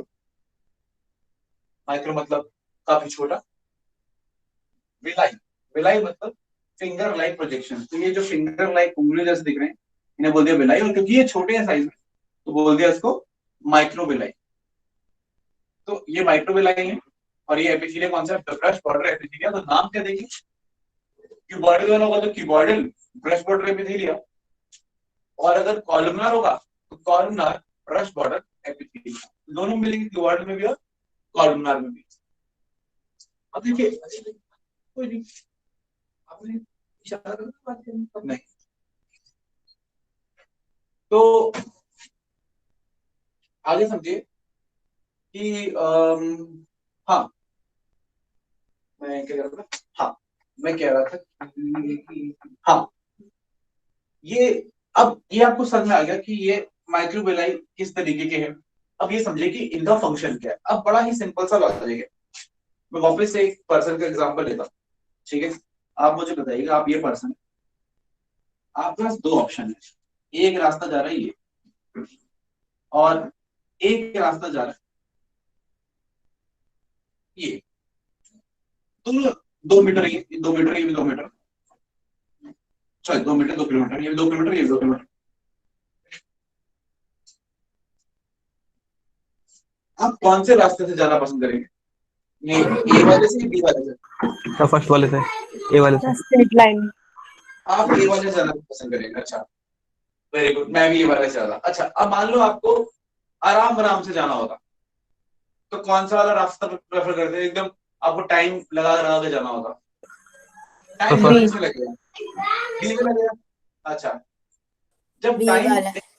हाँ, जब टाइम ज्यादा लगाने की जरूरत होती है कि चीजें धीरे धीरे मूव करें, तब हम जनरली ये वाला एपिथेलिया रखते हैं, ऐसा वाला स्ट्रक्चर रखते हैं। क्यों? जब चीजें धीरे धीरे धीरे धीरे धीरे धीरे मूव करेंगी, तो हमें मौका मिलेगा कि हम कुछ चीजें बाहर फेंक सके, थ्रो कर सके, या कुछ चीजें हम ले सके। ये हो गया एब्जॉर्प्शन या रीएब्जॉर्प्शन। मतलब देखो, आपने खाना खाया, आपने डाइजेस्ट किया, डाइजेस्टिव सिस्टम में पढ़ा रहा था मैं आपको पहले, आपने सब डाइजेस्ट कर लिया, अब आपको वो ब्लड तक पहुंचाना है, तो क्या चाहोगे, खाना फटाफट मूव कर जाए या थोड़ा स्लो मूव करे? आप चाहोगे खाना थोड़ा स्लो मूव करे, ताकि आपको टाइम मिले कि हम उससे न्यूट्रिएंट्स खींच खींच के ब्लड में ले जाए। तो आपके एलिमेंट्री कैनाल का एपिथेलिया कैसा होना चाहिए? होना चाहिए ब्रश बॉर्डर होना चाहिए। बस सवाल ये होता है कि वो क्यूबॉइडल होता है या कॉलमनार होता है। तो उसका आंसर है वो कॉलमनार होता है। तो ये बड़ा ही सिंपल सा एग्जांपल है, आपको बिल्कुल ही आपको याद रहेगा कि इसका एग्जांपल बेटा क्या आ जाएगा, GI ट्रैक्ट यानी गैस्ट्रो इंटेस्टाइनल ट्रैक्ट, स्टमक और इंटेस्टाइन दोनों आ जाएगा। गैस्ट्रो इंटेस्टाइनल ट्रैक्ट, ये इसका एग्जांपल हो गया। मैं लिख देता हूँ, पहले आप पूछोगे सर GI ट्रैक्ट क्या है? गैस्ट्रो इंटेस्टाइनल ट्रैक्ट, ठीक है बेटा। अच्छा, आगे समझते हैं हम।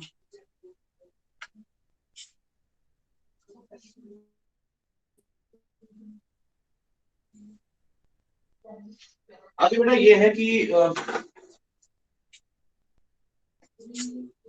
ये वाला, अब यहाँ चीजें स्लो करनी है। अब देखो क्या होता है कि जब यूरिन फॉर्मेशन होता है तो ब्लड फिल्टर होता है। अब ब्लड फिल्टर जब होता है तो ग्लूकोज, अमाइनो एसिड्स, बहुत सारे न्यूट्रिएंट्स ना यूरिन बनने के लिए आ जाते हैं नेफ्रॉन में। लेकिन अब वो न्यूट्रिएंट्स, ग्लूकोज, अमाइनो एसिड्स और काफी अच्छे आयंस, वाटर काफी सारा, हम इतना यूरिन पास नहीं कर सकते, वेस्टेज हो जाएगा। तो हम क्या करते हैं, हम जो फिल्ट्रेट बनता है ना, जो नेफ्रॉन में आया है, उसे ब्लड को वापस कर देते हैं कि भाई ये चीजें हमें नहीं चाहिए। मतलब पहले तो आपने जो आना था आते दिया, भाई तू भी आ जा, तू भी आ जा, तू भी आ जा, सब बुला लिया यूरिन बनाने के लिए। बाद में जब नेफ्रॉन में मूव कर रहा था, तब हमें एहसास हुआ ये यूरिन में निकलना वेस्टेज है, इसको वापस ब्लड में डालो। ये आयंस बहुत इंपॉर्टेंट है, इसको वापस ब्लड में डालो। इतना सारा पानी ये तो चला जाएगा, यूरिन तो वेस्ट हो जाएगा, इसको भी वापस अंदर डालो। ये अमाइनो एसिड्स, इनको ये तो अच्छे बॉडी के लिए, इनको वापस ब्लड में डालो। ये ग्लूकोज क्यों आ गया फिल्टर होके, इसको भी वापस अंदर डालो। तो जो वापस अंदर डालना है ब्लड में, कि ब्लड को फिल्टर बनाया था, लेकिन ज्यादा एक्स्ट्रा चीजें आ गई जो हमें नहीं चाहिए, उसको वापस करना है ब्लड को, उसको बोलते हैं रीएब्जॉर्प्शन। जब खाया ब्लड में गया तो था एब्जॉर्प्शन, पहली बार ब्लड में जा रहा था, अब ब्लड से आके फिर ब्लड में जा रहा है, तो क्या बोलेंगे हम, रीएब्जॉर्प्शन। तो जब भी हम एक्सक्रीशन की बात करते हैं, यूरिनेशन, यूरिन बनाने की बात करते हैं, तो हम रीएब्जॉर्प्शन की बात करते हैं। जब हम डाइजेस्टिव सिस्टम की बात करते हैं तब हम एब्जॉर्प्शन की बात करते हैं, ठीक है। तो जब एब्जॉर्प्शन की बात करेंगे तो कॉलमनार ब्रश बॉर्डर एपिथेलिया याद करेंगे, ठीक है, क्लियर। और जब हम एक्सक्रीशन की बात करेंगे तो क्यूबॉइडल ब्रश बॉर्डर एपिथेलिया बात करेंगे, और बोल देंगे यहां पर सीधा सीधा PCT. PCT is proximal convergent tubule of nephron. ये आपको याद हो जाएगा, या आपको, या इवन डीसीटी भी होता है, that is distal convergent tubule. P मतलब प्रॉक्सिमल, डी मतलब डिस्टल, या पढ़ेंगे एक्सक्रीटरी में, ऑफ नेफ्रॉन। ये इसका एग्जांपल हो जाएगा। फॉर फंक्शन क्या हो गया, रीएब्जॉर्प्शन को बेटर बनाना, ठीक। और यहां फंक्शन क्या हो गया बेटा, यहां फंक्शन हो गया एब्जॉर्प्शन को बेटर बनाना, GI tract for the absorption. Clear point, आ रही बात समझ लो। फटाफट से रिवाइज करा देता हूं कि कीबोर्ड एपिथेलिया आपको ऐसा सिंपल भी मिलेगा बिना किसी उसके सिलिया के, सिलिया के साथ भी मिल सकता है, दोनों मिल सकते हैं, और माइक्रोबिलाई के साथ मिल सकता है। माइक्रोबिलाई तो ब्रश वाटर होना, सिलिएटेड होना, नॉर्मल ट्यूबलाइट, ठीक। इसके अलावा ये तो हो गए ये इन तरीकों के, ठीक है ना। फिर जो सिंपल वाला होता है वो सेक्रीशन करता है, उसे हम ग्लैंडुलर बोल देते हैं, जो कई बुक्स में अलग से हेडिंग रहती है। तो ग्लैंडुलर एपिथेलिया लाइनिंग में होगा, डक्ट्स में होगा। एक्सेप्शन डक्ट्स के अंदर है, लाइनिंग में नहीं है। डक्ट्स में एक्सेप्शन है salivary duct and pancreatic duct, वो सिंपल क्यूबॉइडल की बनी, वो मल्टीपल लेयर्स की बनी है, फिर सिलिया मूवमेंट के लिए है और ब्रश वाटर वाला चीजों को स्लो करने के लिए, ताकि उनमें से चीजें या तो खींची जा सके या फेंकी जा सके, एब्जॉर्ब या रीएब्जॉर्ब, जो भी है लॉजिक, है ना। तो क्यूबॉइडल वाला है नेफ्रॉन में, पीसीडी डीसीडी में, और कॉलमर वाला है जीआई ट्रैक में, गैस्ट्रोइंटेस्टाइनल ट्रैक में। इसलिए आपका हो गया basic basic type of epithelia. अब बचा है आपको सूडो स्ट्रैटिफाइड। इसमें कोई डाउट तो पूछ लो, वरना हम सूडो स्ट्रैटिफाइड की बात करेंगे और वो हमारा लास्ट टॉपिक होगा आज का। सर जो आपने एक क्यूबॉइडल सिलिएटेड बताया था, सर तो ने बताया था कि जो म्यूकस होता है वो HCl से डिग्रेड करना अच्छा नहीं है। मैंने नहीं बोला HCl से डिग्रेड करना अच्छा नहीं है, मैंने बोला कि उसको पेट में ले जाना अच्छा नहीं है, क्योंकि रास्ते में फेरेंक्स भी आएगा और भी चीजें आएंगी, हो सकता है बैक्टीरियल इन्फेक्शन वहां पे आपके हो जाए। अच्छा सर, ओके सर, आपकी आवाज कट रही थी ना सर। हाँ हाँ, मैंने पेट के HCl से डिग्रेड होना खराब नहीं बताया, मैंने कहा था कि बहुत शॉर्टली बताया था कि यहाँ से लाना कि अच्छा ऑप्शन नहीं है, क्योंकि रास्ते में इन्फेक्शन हो सकता है। Okay sir.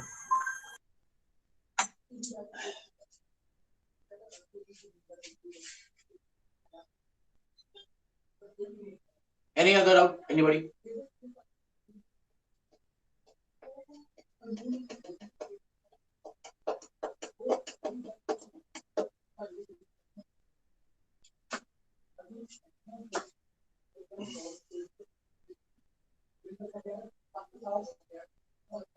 चलो बेटा, ये तो हो गया हमारे पास। अब आखिरी हमारे पास एक कॉन्सेप्ट है सूडो स्ट्रैटिफाइड एपिथेलिया का, ठीक है,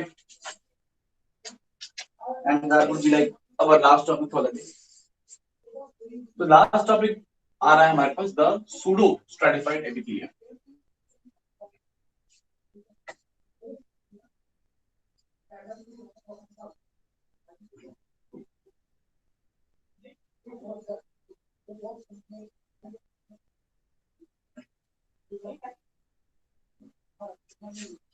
आज आपका होमवर्क रहेगा कि आप इसके बाद एनसीईआरटी जो है वो पढ़ लें, तो एनसीईआरटी पढ़ना इज इम्पोर्टेंट, और एपिथेलिया तक एनसीईआरटी को कवर कर लें। बाकी कुछ चीजें रहेगी वो हम नेक्स्ट टाइम करेंगे, जैसे ग्लैंड वगैरह, बता दूंगा आपको क्या क्या करें। खैर, सूडो स्ट्रैटिफाइड क्या होता है?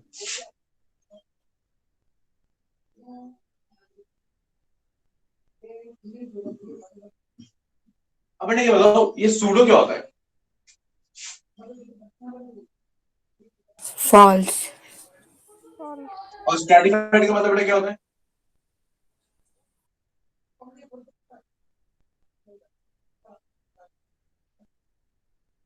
बेटा स्ट्रैटिफाइड मतलब होता है लेयरिंग।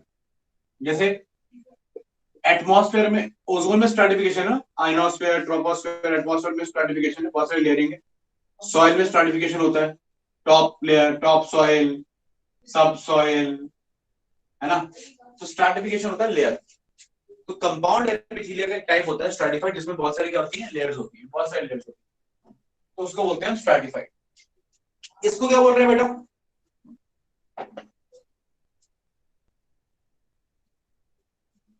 इसको बोलते हैं सूडो स्ट्रैटिफाइड।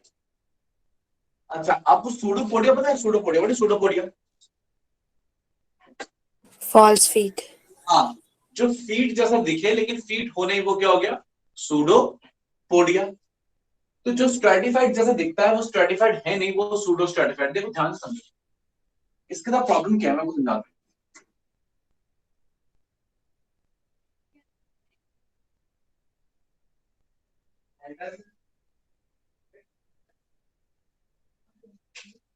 देखो क्या सीन है कि इसके पास दो तरीके के सेल होते हैं। एक तो स्मॉल बेसल सेल होते हैं,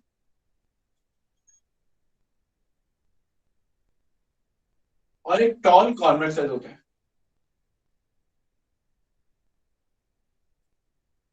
और न्यूक्लियर की पोजीशन फिक्स नहीं होगी, ऊपर नीचे न्यूक्लियर की पोजीशन।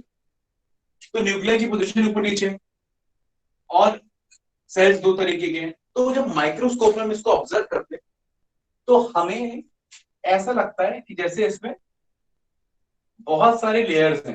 हमें तो न्यूक्लियर बेसिकली नजर आते हैं, हमें लगता है बहुत सारे लेयर्स हैं, लेकिन बहुत सारे लेयर्स है नहीं, स्ट्रैटिफाइड है नहीं, है सिंगल लेयर ही।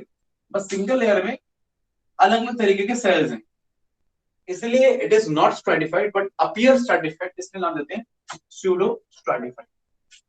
क्लियर है पॉइंट? आ रही बात समझ में? अब ये भी आपको दो तरीके का मिल जाएगा। नॉन सिलेटेड,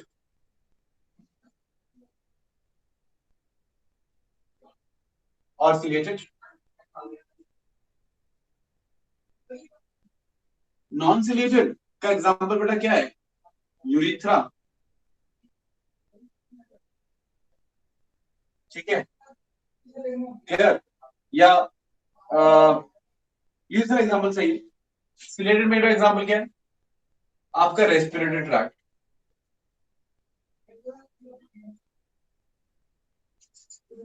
मतलब इसमें कौन? आपका थ्रोट, आपके लार्ज ब्रोंक्यूल्स, इवन ट्रैकिया, ये सब में आपका सिलेटेड वाला सूडोस्टाटिफाइड एपिथेलियल होता है। आपका जो यूरिथ्रा है, ठीक है, उसमें क्या रहेगा? Non chelated epithelial. एंड हाँ, इतना मेन याद रखिए, बहुत है आपके, ठीक है। तो that is about the pseudo stratified epithelia, जिसमें दो तरीके के सेल्स रहते हैं, इसलिए मल्टीपल लेयर जैसा नजर आता है, लेकिन मल्टीपल लेयर्स हैं नहीं। Clear point? आगे बात समझ में? अच्छा, अब नेक्स्ट क्लास में हम क्या पढ़ेंगे? नेक्स्ट क्लास में पढ़ेंगे एक पढ़ेंगे हम ग्लैंड्स, ठीक है। ग्लैंड्स कितने टाइप के होते हैं, क्या होते हैं, किस तरीके से ग्लैंड्स पढ़ेंगे, और पढ़ेंगे सेल टू सेल जंक्शंस, और बात करेंगे कनेक्टिव टिश्यू के, एरियोलर कनेक्टिव टिश्यू की। और टाइम बचा तो एडिपोस, वैसे टाइम बचेगा नहीं, एरियोलर तक ही हो पाएगा नेक्स्ट क्लास में, कोई बात नहीं, वी आर गोइंग गुड। तो अगर आपको इनमें से किसी टॉपिक में कोई डाउट है तो पूछ लीजिए, ठीक है, नहीं तो आज के लिए हमारे पास इतना ही है।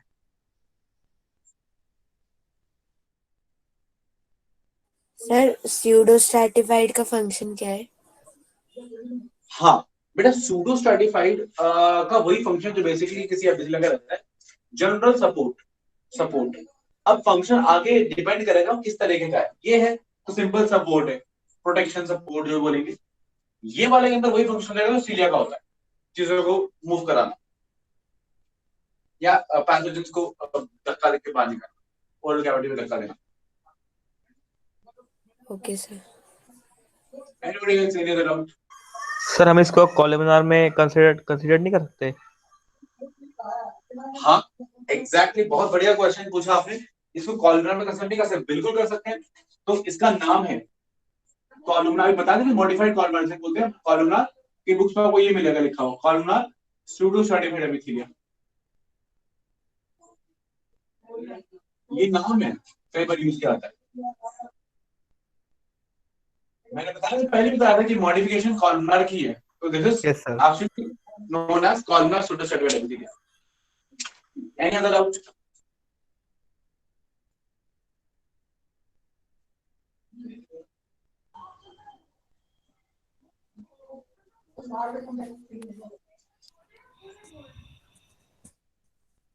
सर डीपीपी से डाउट है।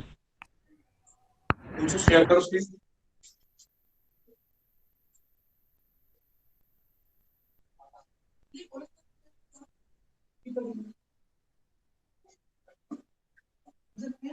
ट्राइगोन सेल और कॉकरोच प्रोड्यूसर्स, ये याद कर लो बस, ठीक है ना। जो ट्राइगोन सेल्स होते हैं ना, उससे सेक्रेशन से ब्रिस्टल्स बनते हैं, इंपॉर्टेंट नहीं है, ठीक है, not important. Next, rectal papilla बेटा एब्जॉर्प्शन ऑफ वाटर में करते हैं, रेक्टम में होते हैं। रेक्टल है ना, रेक्टम का काम क्या है? बेसिकली पानी एब्जॉर्ब करना, तो रेक्टल सेल्स भी absorption of water, option number D. Planulae adhesive pads are found. बेटा प्लानेंटुले अब कहां, जब कॉकरोच चिपकता है जमीन से, बताया था ना, जमीन से चिपक जाता है, वो दीवार पर चढ़ पाता है, तो ऑफ कोर्स सी बात है, जो आखिरी पोडिया होगा उसी में होंगे प्लानेंटुले चिपकने वाले एडेसिव पैड। आखिरी वाला पोडिया कौन सा होता है बेटा? टार्सल होता है, तो इसका आंसर क्या जाएगा? चौथा, tarsus.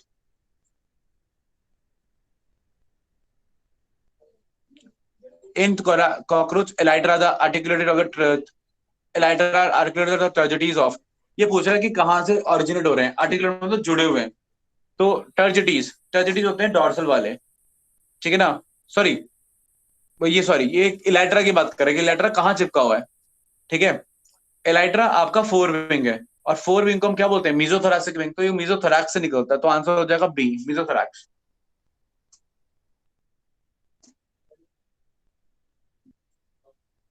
Structure that helps in cockroach to walk, ये बेटा एक्चुअली स्मूथ सरफेस वॉक करने के लिए ना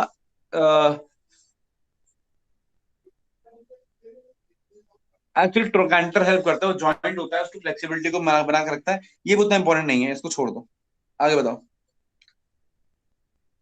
इन कॉकरोच द कॉर्पस एलाटा सेक्रीट्स, बेटा ये बताया, ये पढ़ाया है मैंने क्लास में कि वो corpora allata juvenile hormone release, sorry हाँ, जुवेनाइल हार्मोन रिलीज करता है, जो कि उसे जुवेनाइल फेज में रोक के रखता है, एडल्ट नहीं बनने देता।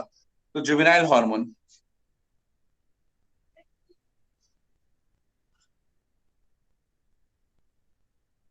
Any other doubt? No sir. ठीक है, anybody else, sir any other doubt? हाँ जी सर बेटा। एक बार सर डीजीटी बता दीजिए एक बार। डीपीपी बता दो मतलब? सर डीजीटी का फुल फॉर्म। बेटा डिजिटल कॉन्वोल्यूटेड ट्यूब्यूल। एक काम करना, 10th क्लास में, 10th क्लास पढ़ी है लाइफ साइंसेस, सॉरी ये लाइफ प्रोसेसेस, यस सर। पढ़ाई करिए ना। कौन से पढ़ी थी, एनसीईआरटी से कि लखमीर सिंह? Sir NCERT. हाँ, तो लखमीर सिंह पढ़ी है घर पे? Yes sir. हाँ, लखमीर सिंह खोलना, उसमें नेफ्रॉन का डायग्राम देखना, समझ में आ जाएगा डीसीटी क्या है, डिजिटल कॉन्वोल्यूटेड ट्यूब्यूल। पूरा नेफ्रॉन का डायग्राम देख लेना आज ही, एक्सक्रीटर सिस्टम का, या नहीं तो एनसीईआरटी का चैप्टर है एक्सक्रीटर सिस्टम का 11th का, उसमें देख लेना, ठीक है? Okay sir okay. हाँ जी, anybody thank else?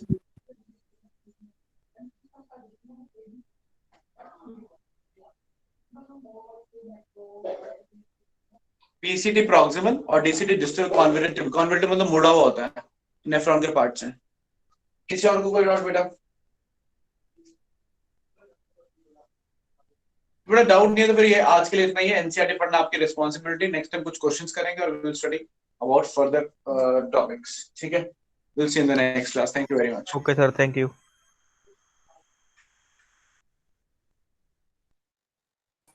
You sir.